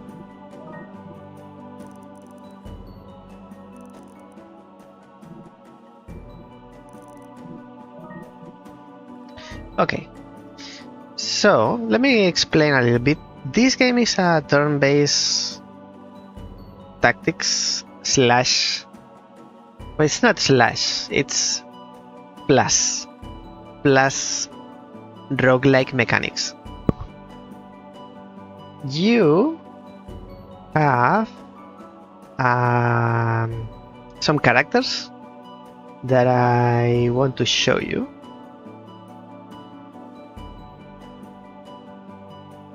So currently my deck of characters is this.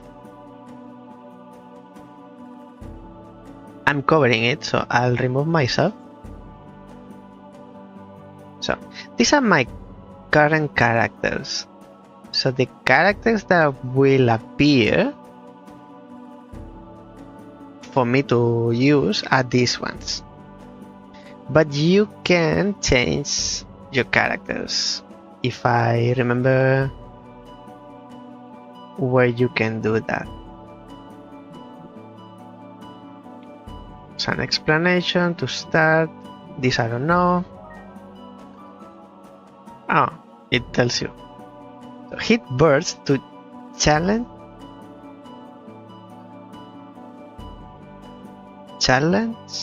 the hardest difficulty. To challenge the hardest difficulty. All enemies turn into powerful elementally enchanted forms. And you need to pay for that?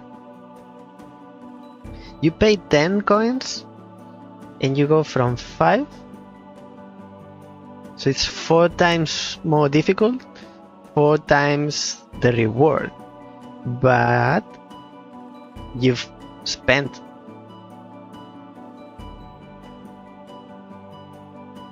So let's say you have 10 coins. Let's say you have 10 coins and you use them.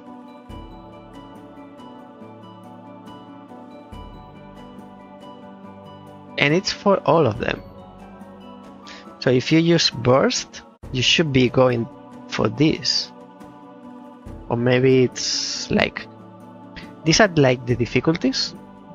Green is supposed to be easy, yellow it's medium, and red is difficult. And then if you hit burst, now I'm learning this. I didn't know what it does, what it did, or what it does, because it still does the same.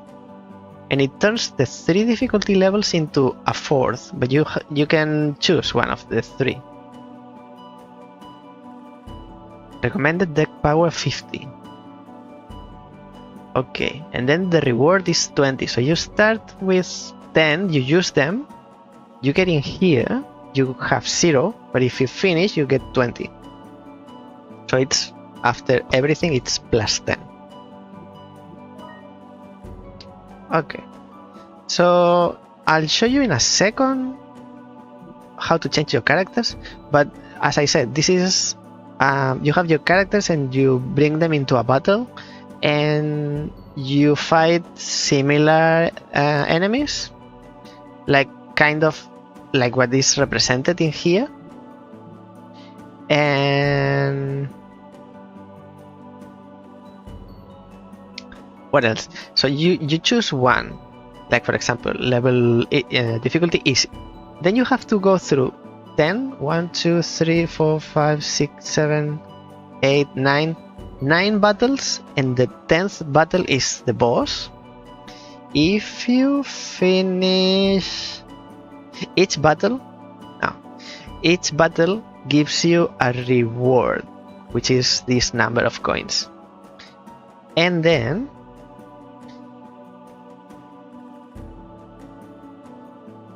once you finish the run, I don't remember what you get, because you get a reward in the shape of coins every time you finish a battle, I think, if I'm not mistaken. What do you get? You get a special reward once you finish a run and you beat the boss. And between battles, or actually after each battle, you have a choice. You can choose between 2 options, if I'm not mistaken, if I remember correctly, in between 2 options. What you choose affects your deck. Let me see. So I need to go back to my menu here in collection.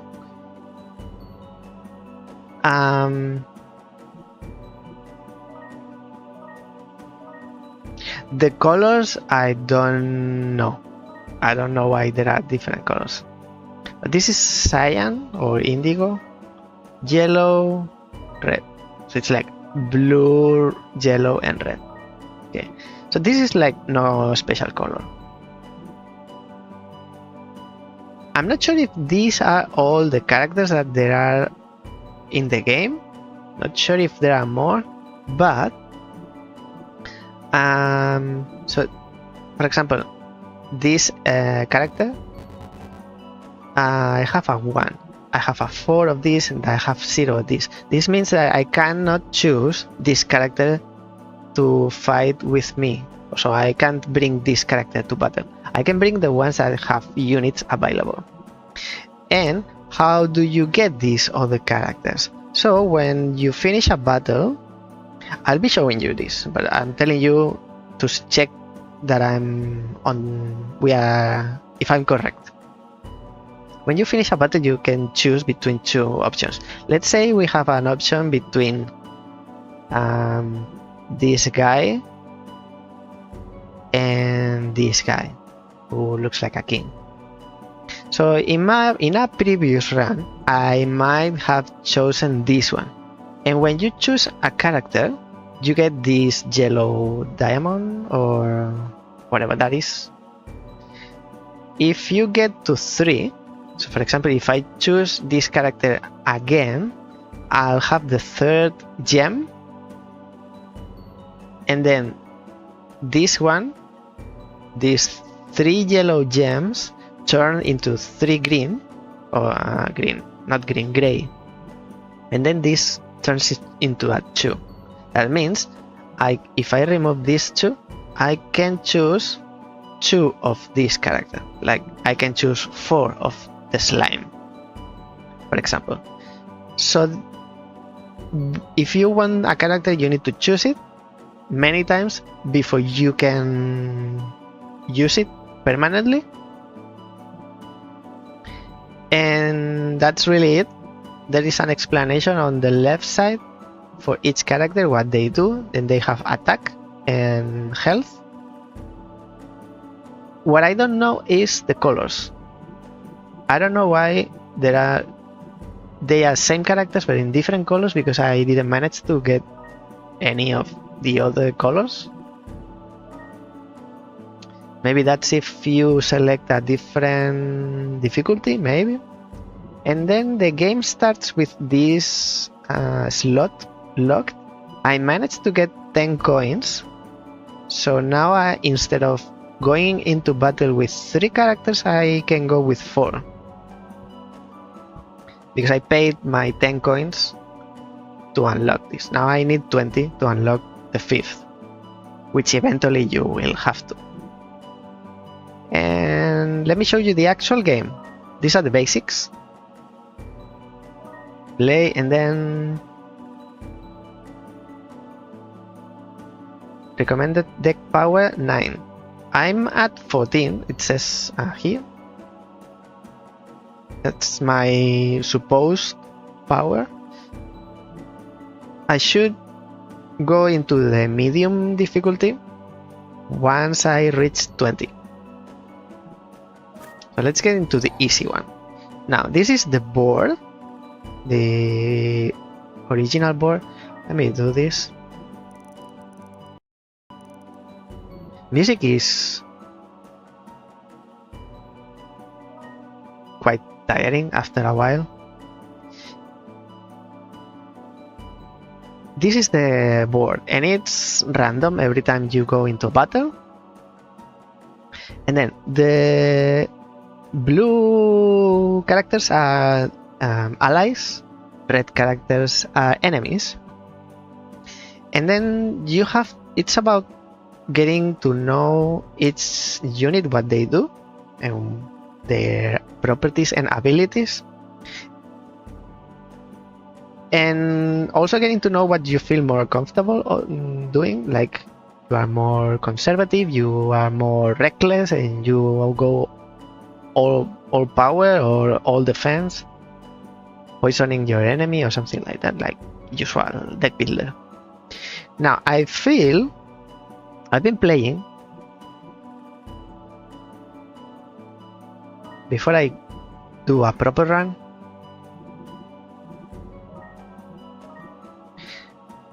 No, a collection. So you start, or I started with, I think one of the slimes, it was something like this. This guy, and this guy. I didn't have that. What else do I have one of? I think you start with something like this. And at least these three, the blue characters, the slime, I'm not sure, but I think, but it doesn't matter much. So these characters, or maybe the mage, don't remember. These characters, they have, for example, this one, it's called farmer. The farmer has attack 3. So every time the farmer attacks, deals 3 damage. Initially, there are cases where it doesn't, and has 13 health.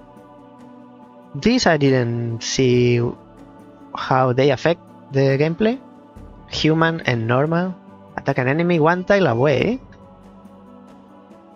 You really need to read all these descriptions to get to know each character and see their differences. Inflict 3 damage on an enemy 1 tile away if they merge. That's a thing that I'll explain later. Maybe we should play the tutorial first, but what I wanted to say is that you start with this, at least these 3 characters. They are not very good. I was losing all my battles. I don't know if I was underpowered and I needed coins or what happened, until I got more units. Maybe it's like that by design. Once I got to use this character, the knight, I felt like I was cheating because it's OP, it's overpowered. Now I turned this deck, these characters, I didn't like any, and I got the knight, and because I only need 1 knight, and you, and 2 of you. I feel it's unbalanced because the knight, if you have, it starts with 4 attack. The other 2 were 3. Princess has 0 attack. The only thing it does is heal your characters, and every turn heals 1 point to all friendly units, but only 1 point. And the archer has 3 attack as well.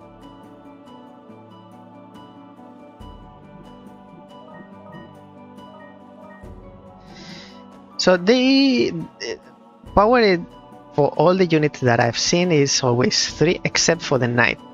And why the knight is OP, at least for the easy levels, once I got to the knight, I was winning all my battles and only with 1 knight. Because not only has 4 of attack, that it also blocks the first attack this unit receives each turn, no matter the power of the attack. If you receive an attack of 3, it's blocked the same as if you receive an attack of 4. So usually in every battle, in every enemy turn, you get mostly distributed damage, not concentrated damage. So the knight, if the knight in one enemy's turn got 1 attack, it got blocked always. And this 13 damage, it's like if I have 1 point, doesn't matter if it's 13 or 1, because I never get damage. I always receive one hit and I block it. So it's like Terminator, never dies. And then I got the slimes. The other ones are slimes because they are dummies. Really, for me they are dummies. They could be other units, doesn't matter. The point of getting slimes is that you can merge them, and merging is another interesting mechanic of the game. By merging, you can change your units and generally make them more powerful. For example, if you merge two slimes, when merging with another slime, which is here behind me, when merging with another slime, absorb it to gain its attack and HP instead of invoking a new unit. So for example, if you have this guy and you merge it with this guy, I don't know what the specifics for merging, but the point is that you merge two units, you get one, but it's better. Do I really understand the mechanic? Absolutely not, because I was merging sometimes and I was getting a result that it's not what I was expecting. What else do I want to do? Tutorial? Let's play the tutorial so that we are all on the same page again. Welcome Invoker, my name is Jackal and I'll be your guide through the basics of battle. Let's get started. Click on the unit farmer to select it. Select it. And then it shows you where it can move. Units can move in straight lines. Try moving your farmer next to the enemy slime. Here.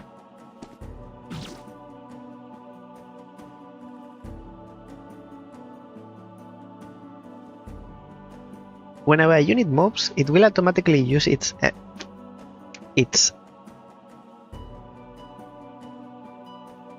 without the apostrophe, use its effect, which is usually to attack an enemy in its range. If there's more than one enemy within a unit's attack range, the target will be chosen at random. Am I happy with that? No, but those are the rules. I would prefer to choose. Sometimes I felt myself moving my character in an undesired way to make sure it was attacking an enemy that I was targeting. Because if it gets like, if there's an enemy here and an enemy here, your character is here, it can attack two enemies. What it says here is that you don't choose who you are attacking, which is weird because I am the commander. I'm telling you what to do and how to do it. So make sure to position your units carefully. Each unit has two stat numbers: attack and life. When a unit's HP drops to 0, it's eliminated. You win by defeating all units on the field, all enemy units. Go ahead, move your farmer around the slime and finish it off. So now we need to move the farmer, but the farmer, you see the red tiles is the area of effect. So if we move diagonally, even the farmer moves horizontal and vertical, but the area of effect is also diagonal. And it'll take 3 attacks to kill the slime. We have 5 attacks, or not attacks. We can move 5 units in our turn. It says here next to my head. Here. So this is turn 1, and we've used 1 move. We can move 4 times. It will take 3 moves to kill the slime because each of our attacks takes 3. So first it will be 4 for life. See, we deal 3 damage. Another move, 3 more, and the final one kills the slime. Now we have 1 more move. We need to make sure, since now this slime is going to move 5 times because it's the only enemy available. So it really doesn't matter, but in a real battle later, if you can position your units not next to their cross, like they'll move horizontally and vertical. If we were here, in one move they can get next to us and attack us. So we should be careful or wary of that and position our units in a way that they take at least 2 moves, because it's going to be always less than 2. It's either 2 or 1, unless there are other pieces that block you. Usually it's at least 2. So you are forcing your enemy to spend moves and not dealing damage. So here it's okay. Each turn lasts 5 moves. So now it's your opponent's turn. And now they move 5 times. And they attack. They have moved 2 times, so they have 3 attacks. And because it's a slime, it deals 3 damage. When a new... Oh wait, 1... No, they moved 1 from here to here, and then the second move also deal damage, so it's 4 damage. 1 move, 4 damage, 4 attacks. When a new turn begins, a fresh unit is randomly invoked from your deck and placed on the field, and our deck is here. So you see I had 1 knight and 3 slimes, different slimes, but slimes nonetheless. Imagine if I can finish a battle with 1 knight. Whenever I have more than 1, it's like I have god powers, at least for the easy difficulty. When a new turn begins, a fresh unit is randomly invoked for... Yes. Now for something special, merging. Try moving your archer on top of your farmer. Now this I didn't get it at first, because I think it matters which unit you select first. It doesn't matter the units. It's like somehow we are selecting the archer here on top of your farmer. So it's selected. So it's selected, and then now it's selected. We move it on top of the farmer, and we are left with a farmer. When 2 units merge, they return to your deck.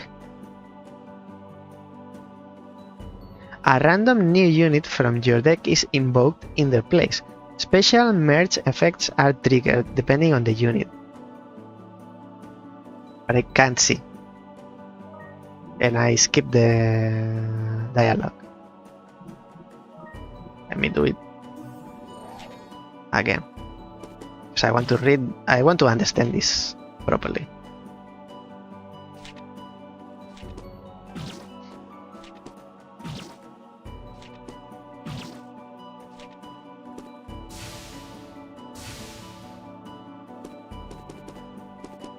Now they have spent 2 moves walking without attacking, and 3 attacking. Yes. Now we merge this with this.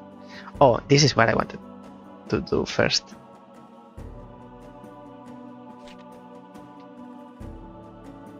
Oh, you are covering the explanation. I wanted to read this. Inflict damage on an enemy some number of tiles away. On merge. This square tells you the normal ability, what they do when attacking, and this second square or rectangle tells you what the effect if they merge.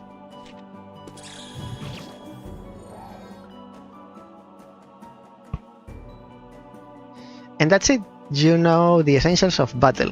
Use these skills to finish off your opponent and claim victory. So the archer inflict 3 damage on an enemy within any distance. But what I don't understand is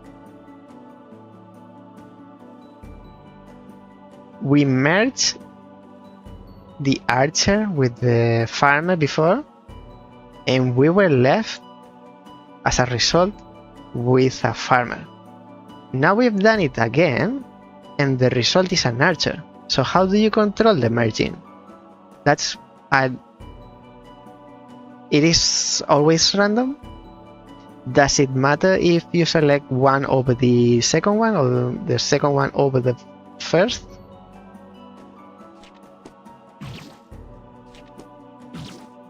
If it's random, okay, but it should, I think it should say that it's random, the result.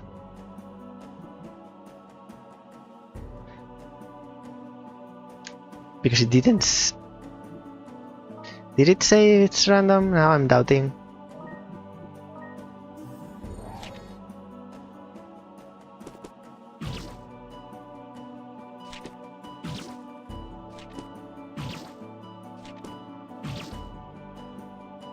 It says it's random when you start a new turn and you get a new unit. That unit is random.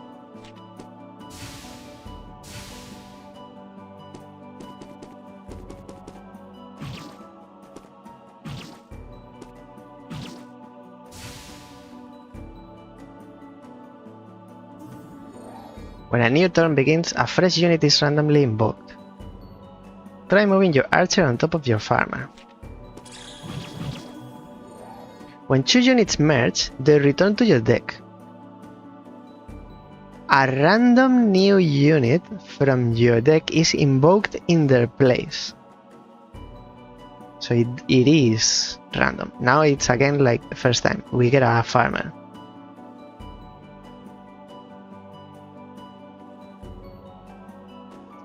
So what's the advantage again? If I have 2 units,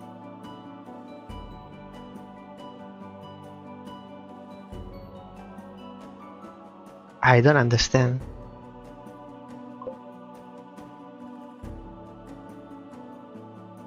I had an archer and a farmer, both with 3 damage and 13 health.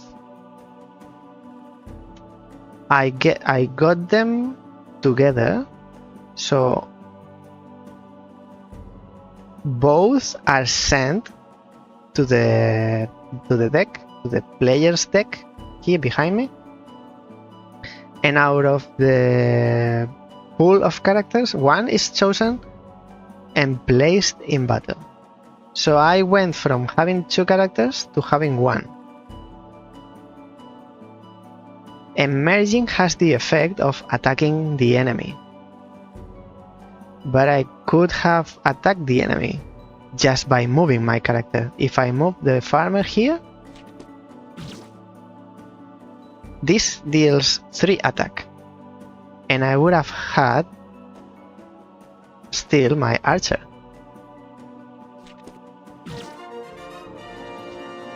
In any case, it's a mechanic that I didn't use while I was playing on my experience with Invoker Tactics. Only using it for one reason. It's because when you merge 2 slimes, they get it adds up the health and power. So I was having like 2, 3, 4 slimes. When I got to 5 slimes, because my deck is full of slime, almost every time that I'm having a new character, most of the time it's going to be a slime. When I have 5, I was merging them, so I had a new character that it has 5 attack power, which is more than the knight. So then I was using the slime, and it had the health of all 5 slimes, which means that even if I'm not blocking the damage, I had so much, like imagine if it's 10 for each slime, it's almost 50 health. I have so much health that I don't mind that I'm not blocking the damage. And every turn I'm getting more slimes, I'm merging them, so it's like it keeps on going. For me, the knight and the slime you can do. I can go to the end game. Probably there'll be more to it because there are more units I haven't seen, but let's do a proper run. We have 30 minutes for the run. We'll do a few, I think. So we have one knight here, we have one slime, and death slime. The thing with the death slime, why it's different from the slime, is because it deals 1 damage, same as the normal slime, but if the death slime is the one who kills the enemy, it gets 5 HP after killing an enemy. So I was hitting my enemies with the knight. If for some reason there is 1 point left of health, because it's, for example, this enemy has 13 life, so I can do 3 attacks with the knight, and if it's 13, it will be 4 and 4 and 4, that's 12. It has 1 HP remaining. So instead of hitting it again with the knight, which would kill the enemy, and it spends 1 move, I could use the death slime to kill the enemy for 1 point, because this is the remaining point, and as a reward I get 5 for my death slime.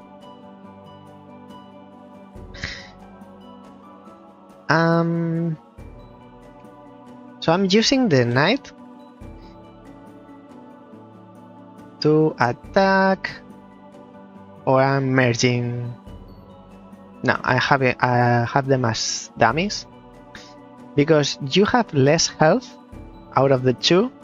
You are easier to kill, although if I'm using only the knight, it's going to take 3 turns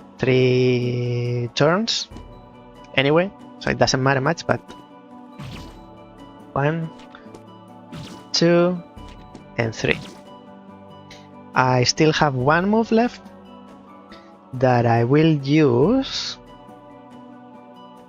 to... You can do 15, so you are the only one left. You have 3 turns, like 3 moves. 3 moves. Imagine they attack all 5 mobs, it's going to be 15 damage. Up to 15, because if I block one attack with the knight, it's going to be 12. So whatever you do, my knight is going to survive, because it's going to be maximum 12 damage, and I have 13.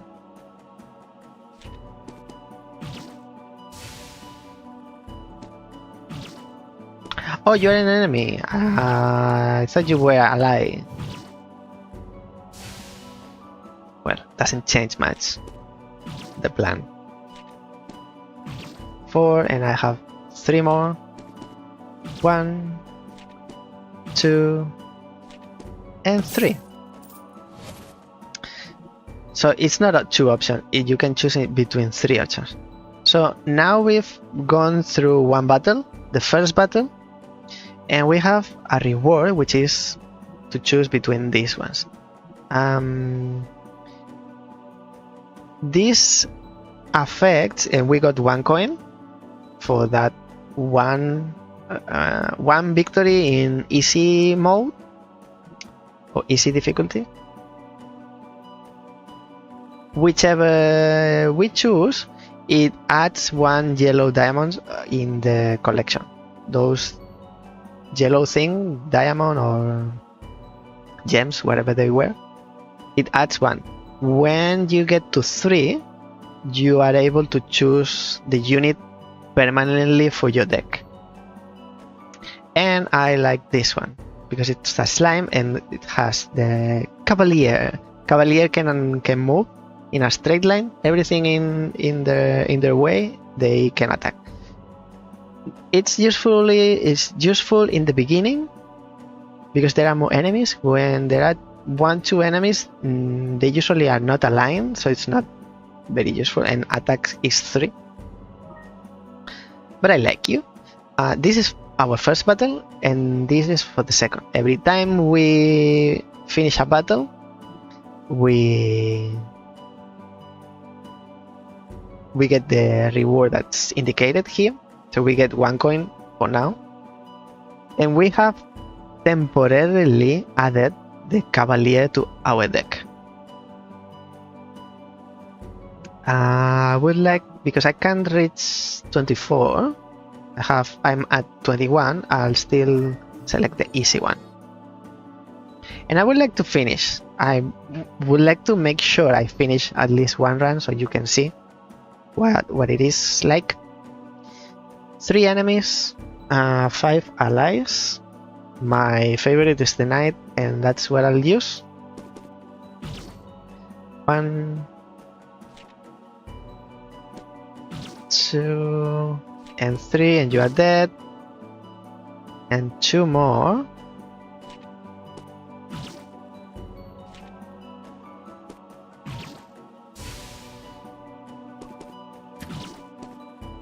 And the slimes and everything else, really, from my perspective, they are dummies. My only character is the knight. As long as the knight is alive, I can keep going. And the other ones, they can get all the damage.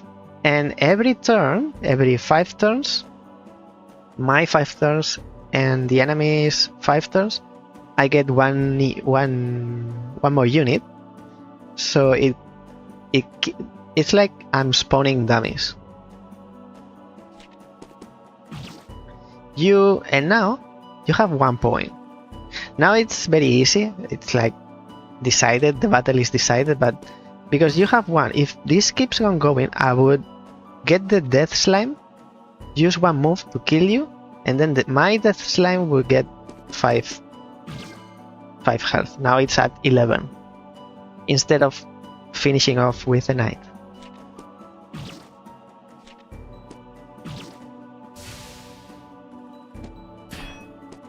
And that didn't do any damage. You see, like, the enemy has distributed damage. If they had focused the damage on 1 unit, they would have killed at least 1. Like 1 slime, they could have killed 1 slime, but it feels like the AI prioritizes dealing distributed damage.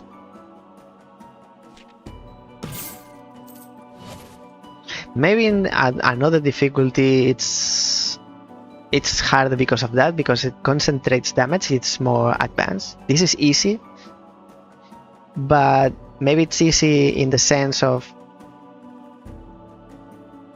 like, I was expecting it gets more difficult because there are more units and their abilities, they are better, so you have to deal with that. But it's also the AI. The AI in easy mode behaves very irregular.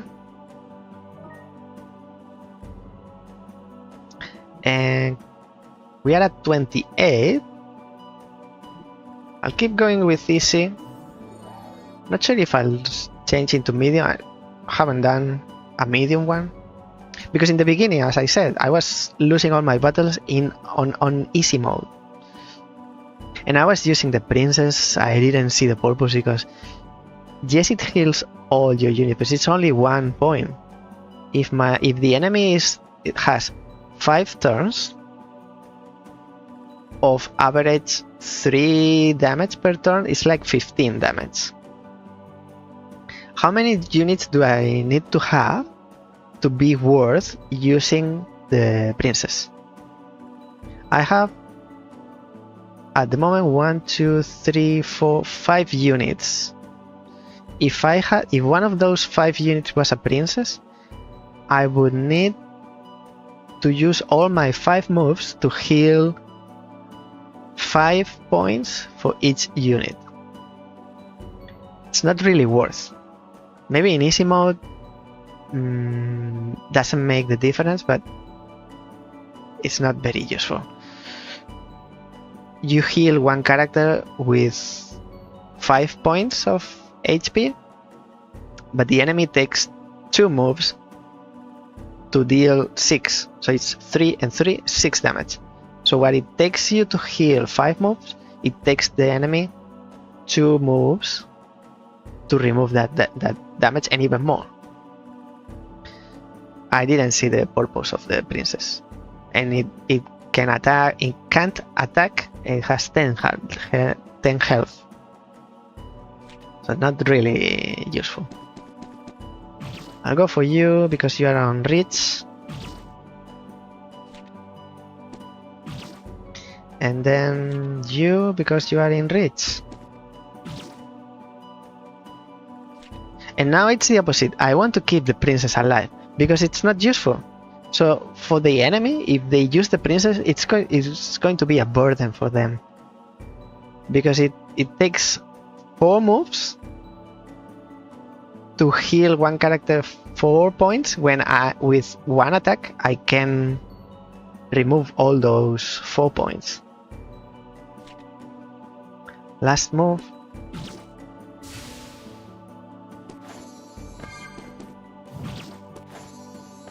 Two points. They move. Oh, sorry, the enemy used the princess to heal 2 points. What for? Not really useful. And I go spawning attacks with my knight. That's all I do. So I feel, at least in easy mode, I went from losing all my battles to being overpowered. That's why I feel it's a little bit unbalanced.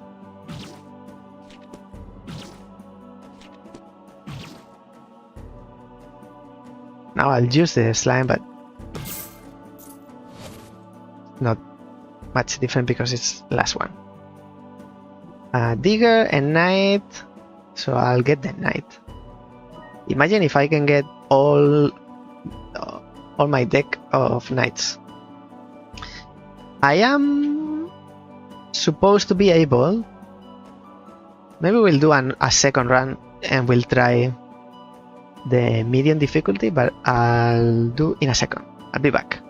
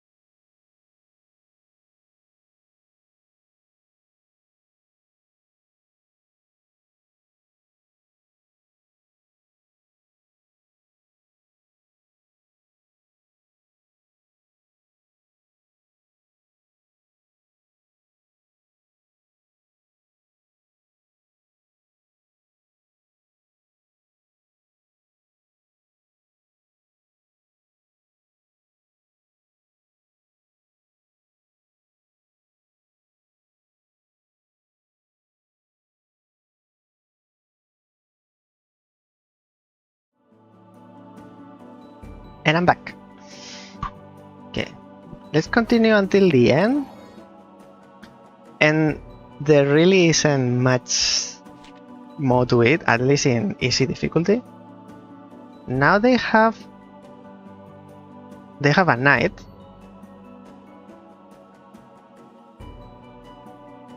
That I would like to target first.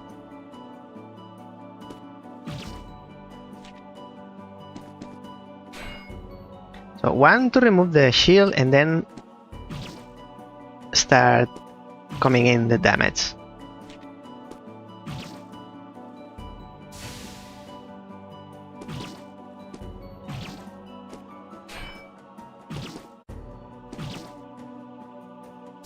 So as I said, my slimes are dummies. They are absorbing the damage. My knight didn't get any damage.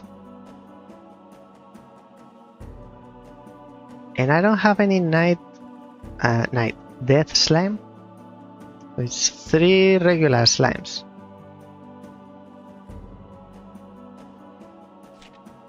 So one attack. You see, now it chose the farmer when I wanted to target the knight.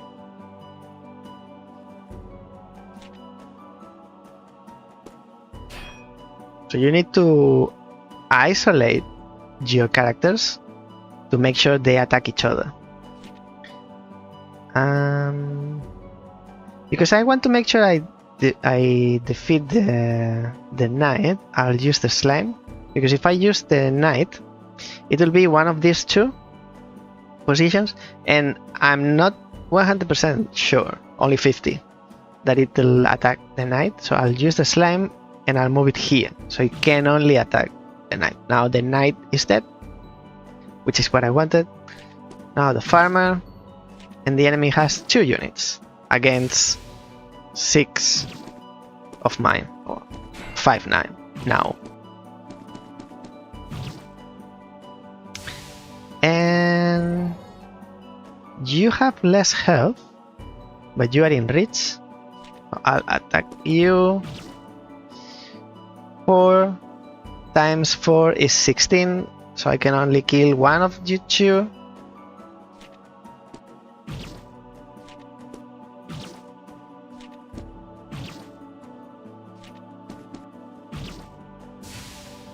That's not my strategy. Get a lot of slimes to absorb the damage. I don't care if you kill them.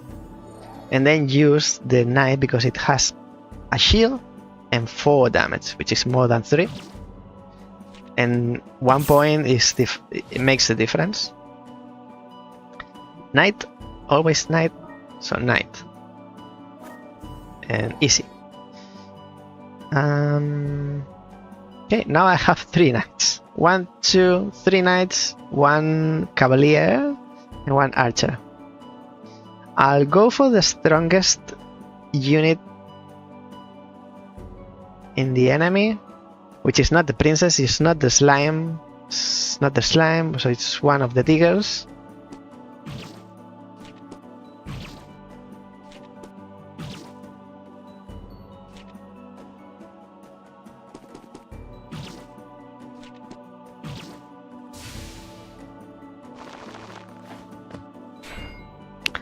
What the digger does is they can move anywhere.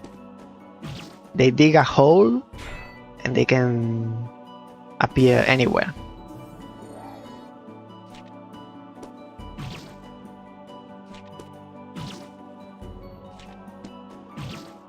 Oh, I should do this. Now they can only attack with 1 slime. And you can heal all you want.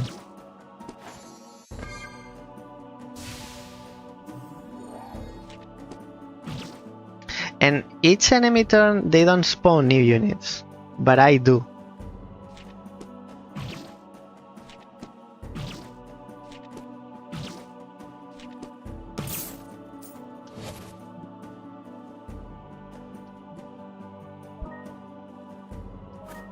So maybe it's the way I played. It's like incorrect way of playing, but if I can do it, I feel like I'm allowed. I don't feel like I'm strategizing anything. It's just a combination of the knight is overpowered and the AI is not very intelligent. It doesn't make it more difficult to me. For me.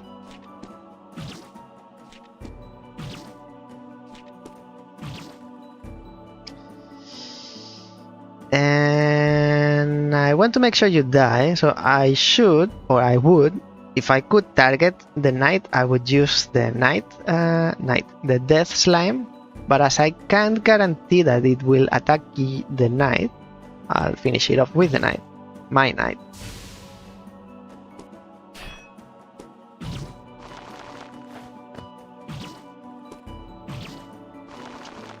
And each unit has their unique abilities, and if you were to play it, you can discover it. Like for example, this prince attacks and pushes you back. And you saw at the beginning, when I showed you the collection, there are plenty of units.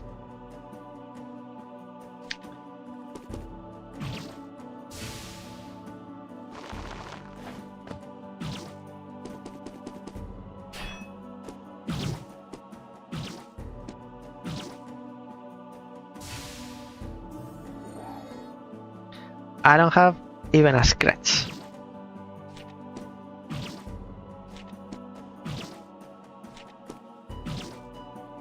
One unit, and I don't have to think much. Hey, they killed one knight. I have two, only two remaining.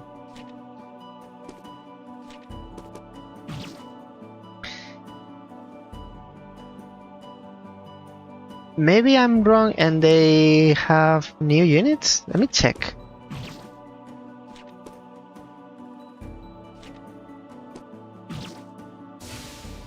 So now it's the enemy turn, but they only have one unit.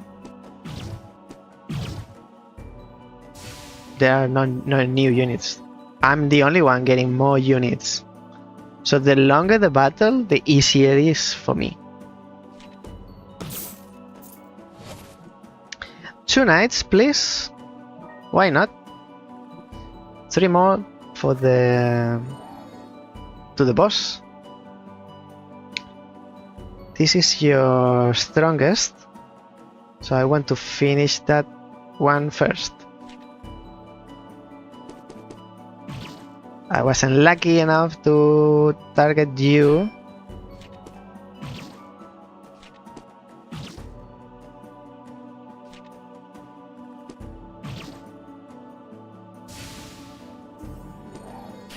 Oh, they got a prince now.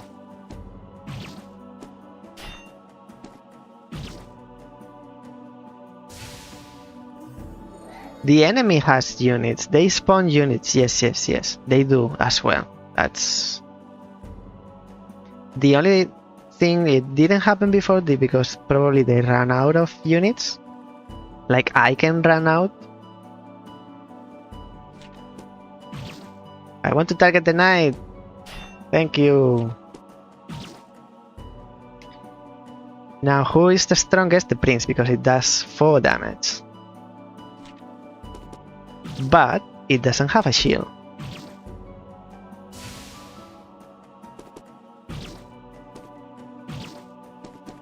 Three, 4, and 5. And the 5th didn't do anything. 1 and 2. 1 and 2. And I still have one more for you, with love.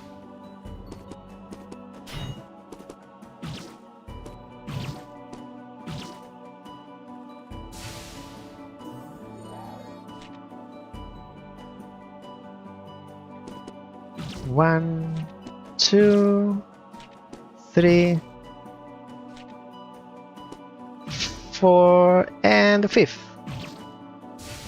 I can defeat the whole army with one character.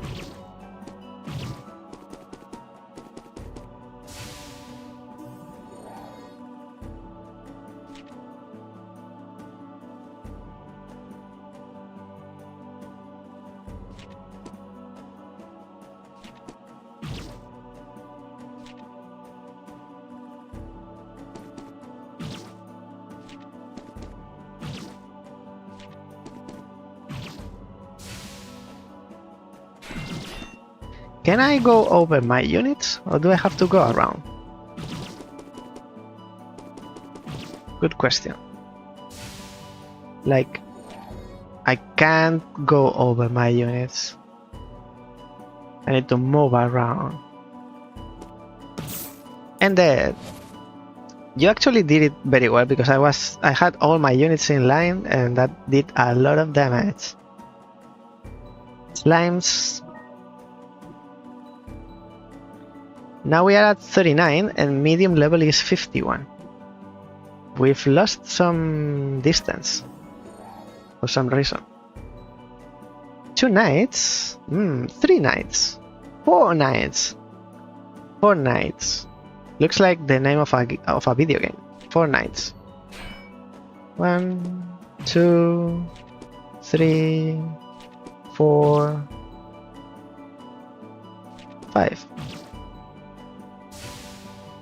So it's 3 knights now.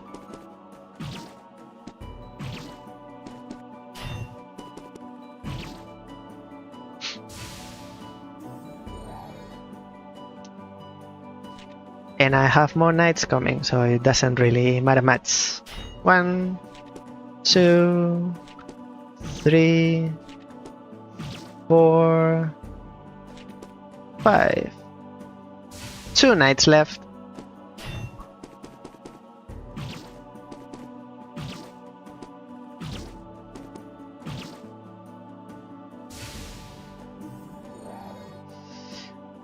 Reinforcements are coming. 1, 2, 3, 4, 5. I killed 3 knights with one of mine. There's 1 left.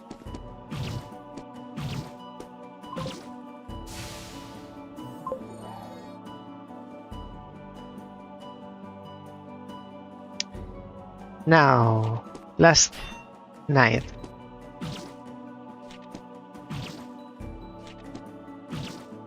Looks like a movie album, but it isn't. Album? No, it's not an album, it's a song. Last night. What I did last night.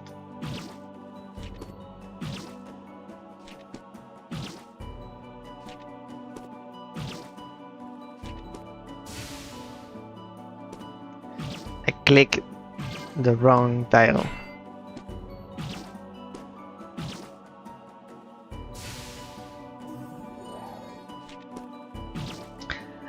If you lose a unit, you lose it for the run. That's why my power, my deck power, dropped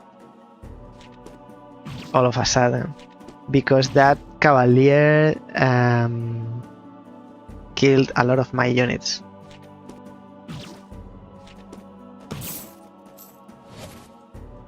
Because I don't have death slimes anymore.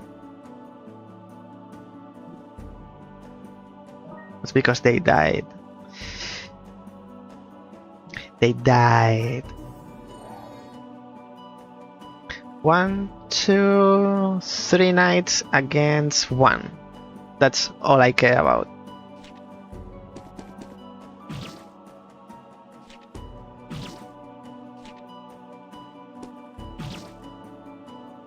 I wanted to target the knight, but anyway.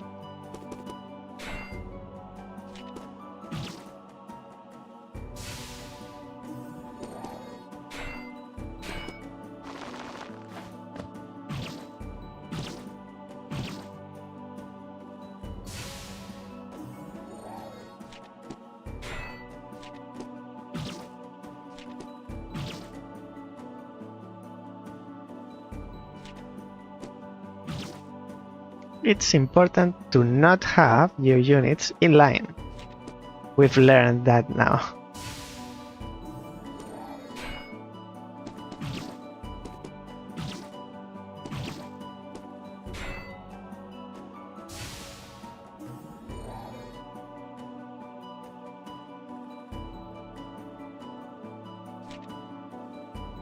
I can go for you. Although I would like to get you, but I can't reach you with the knight so far. Maybe I can attack this too, and do, instead of doing 4 damage, I can do 6. It's 6 and 6 and 6.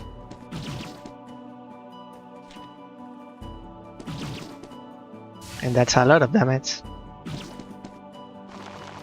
A lot more than with the knight alone. Okay, I have this one. This beauty. Freshly spawned. Killing everything.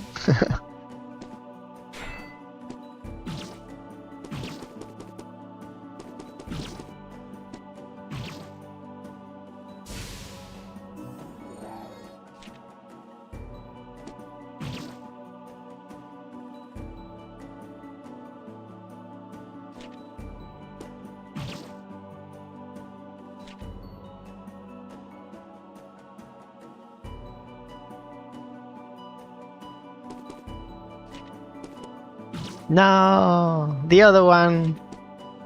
No, the other one. And the enemy can go over their units? Because that horse, maybe it's just the cavalier.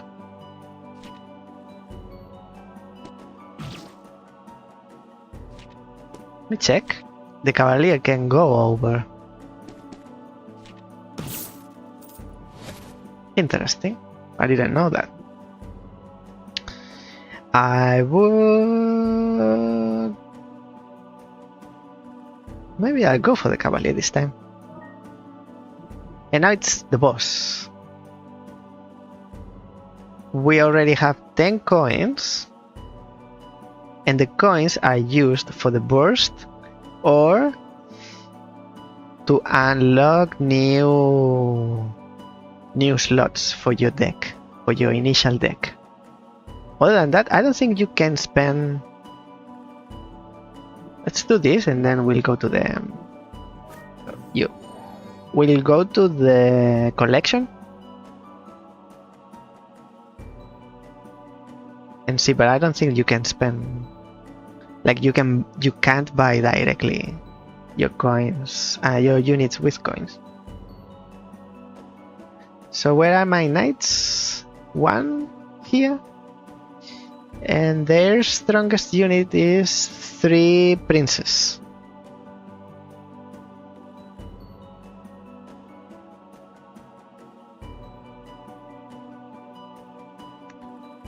I can do 6 damage here.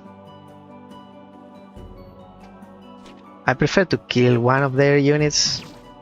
Definitely, permanently. So they have 1 less unit to use, and 1 spare move. Oh, they have a knight, so that's my new target.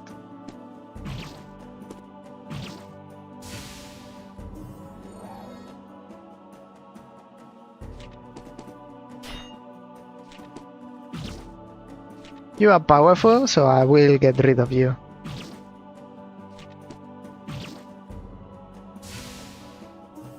And my knight is intact.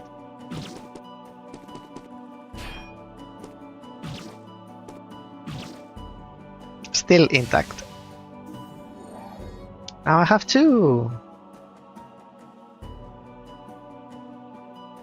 I'm tempted of using the cavalier to go through their units.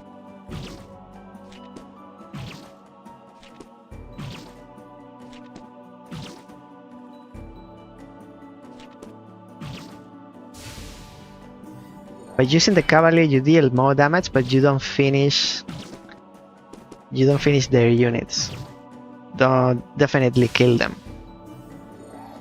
Another knight. Princess first.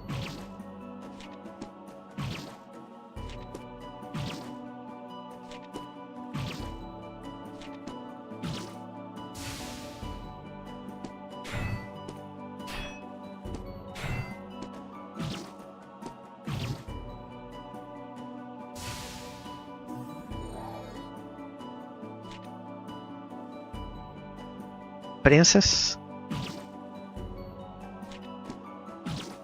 And then Cavalier, but I only have one tile when I can make sure that I target you.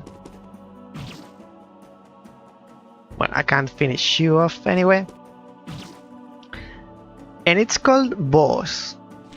Like, this stage is the boss. But there isn't really a boss, like a big enemy. It might be a little bit more difficult, that's all. It's not proper boss, like I'm here. This is me you're looking for.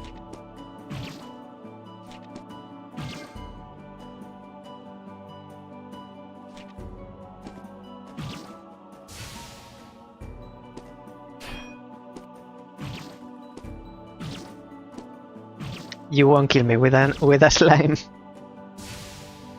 And I don't know what the difference is. Human, normal, how that affects. Maybe there are units that deal more damage if the enemy or the opposing unit is human or it's normal type. Like, this is a slime normal. Human normal, human normal. They are all human normal except for the slime, which is slime normal. Well, if I was a slime, I wouldn't consider myself normal, but victory. And once you finish a run, you get 1 coin, but that's it.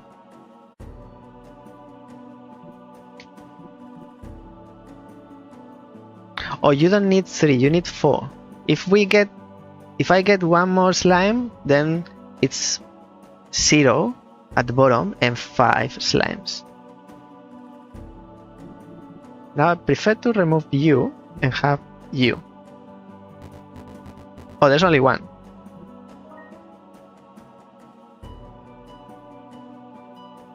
So what do you mean? If I remove it from here, it's still 1. I thought this was what is available to use, but this is the total. This just means the total. Okay, in that case, I would like to have you, and then I can't have more because I have 2. Okay, I understand. So I like slimes, but I like death slimes over normal slimes. And then I like knights more over death slimes. And this is Invoker Tactics for you. Each time you choose a reward, you earn a shard of that unit. Collect 4 shards of the same unit to unlock 1 copy of it, which you can then add to your deck for future battles. So from here, my next objective would be to get to 20 coins and unlock the final slot, so I can start battle with more units. That would increase my deck power here. This is my deck power, my initial deck power at least. So that would allow me to get into more difficult battles, and as a consequence, get more rewards, which is more coins.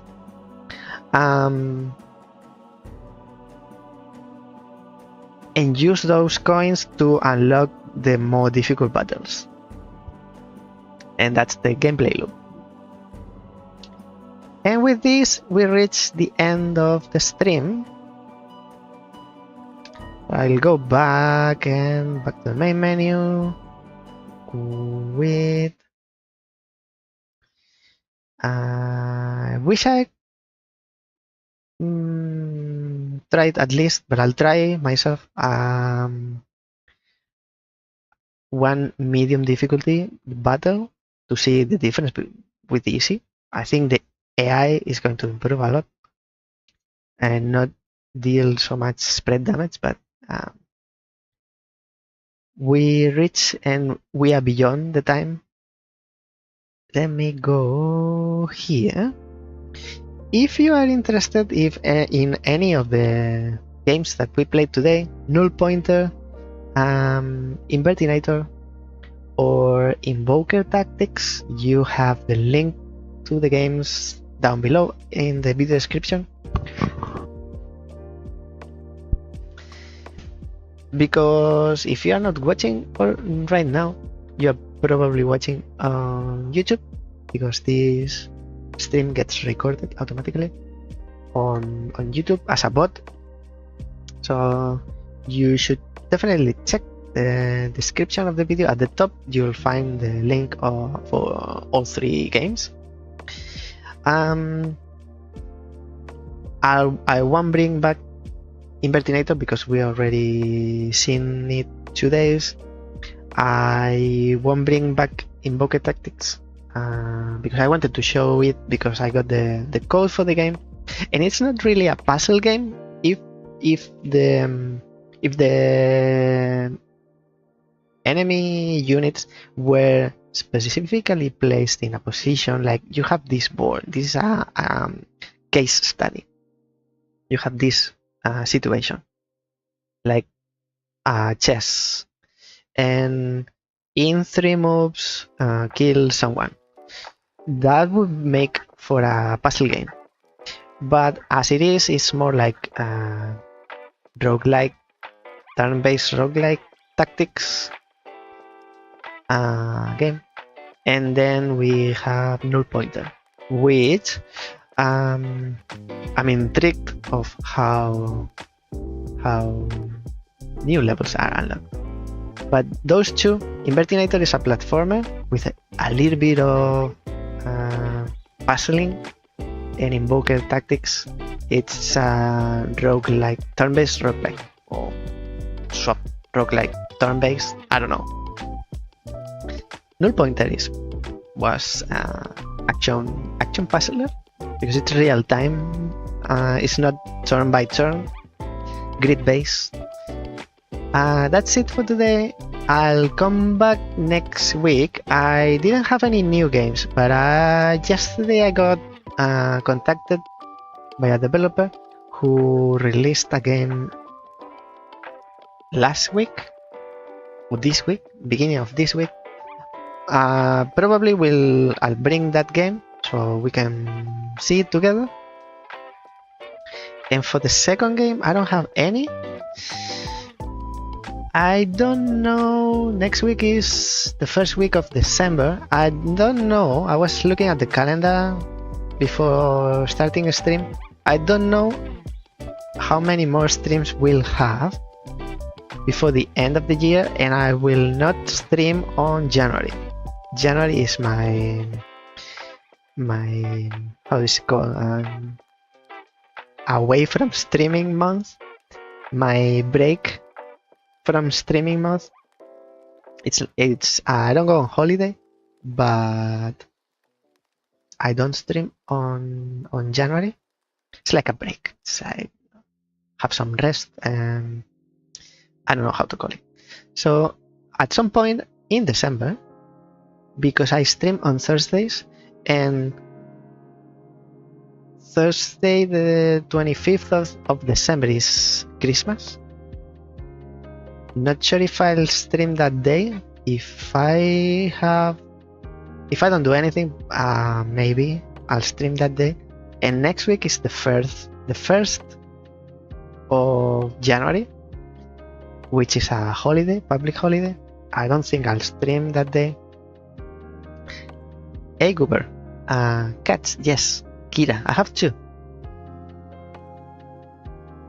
I have 2 cats. One is in the house, actually the igloo house, and the other one is very naughty. One is they are siblings. One is gray, which is Kira, it's female, and the other one is a male, orange Mael. That's Maki. Actually, it says I don't have to write the name. It says at the top. Maki and Kira, they're siblings from South Australia. They came with us when we moved. I'm living in Melbourne, Australia, Melbourne, not US Melbourne. Didn't know. Like, it's not a very common name, but there's another Melbourne. Believe it. What else? If you're watching and you enjoyed the stream, please subscribe to your YouTube channel. Please, it helps. Melbourne, I'm from Sydney. You're from Sydney? I've lived in Sydney. So I too long didn't read. I came to Australia when I was 27. I lived for 2 years and a half in Sydney, and then I moved to Adelaide, and then I lived for 2 years and a half in Adelaide, and then I got permanent residency, and then I moved to Melbourne, and I've been living in Melbourne for 8 years now. In total, 13 years. So I am 41. If you do the sum, Sydney, it's very hilly. It's very expensive. It's very busy, and a little bit stressing. At least you can live in New South Wales and have a different experience if you live in, I don't know, in the outback, in the Blue Mountains. Maybe you live very relaxed. But the city is it. My experience was that. And then we moved to Adelaide, and it was complete opposite spectrum, the opposite side of the spectrum. It was dead town. It's Blue Mountains is beautiful. Yes, you have to agree. Melbourne is better than. I hate Sydney. You live in Sydney and you hate Sydney. Adelaide was a death town. It nothing happened. Looked like the time didn't move on. It was boring. Nothing to do. Also very cheap housing. Much more cheaper than Sydney. And then we moved to Melbourne, and Melbourne is halfway between Sydney and Adelaide. So it's more lively, but it's not so busy, and it's a little bit more expensive, but it's not so expensive. At least in compared to 2012 when we arrived in Australia.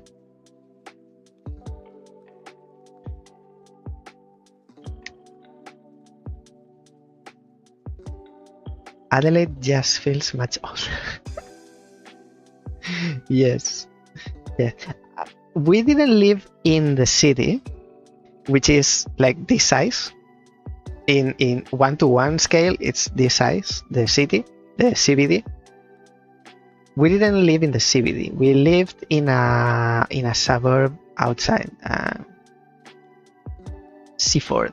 It's like 1 hour outside, but doesn't matter. You go outside the city 5 minutes, and it's same as if you take a one hour trip.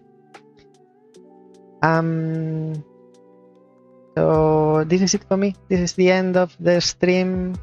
Let me see if you are here. Shall we go and say hello to Jagriff? He's streaming Diabotical, which is a game I don't understand. It's about it's a first-person competitive shooter online, but everything that happens in there, I don't know. So if you stay for the raid, we'll do that. Nothing else from me today. Hope to see you next time with a new 2 games at least. Until then, subscribe and don't be puzzled. Bye now.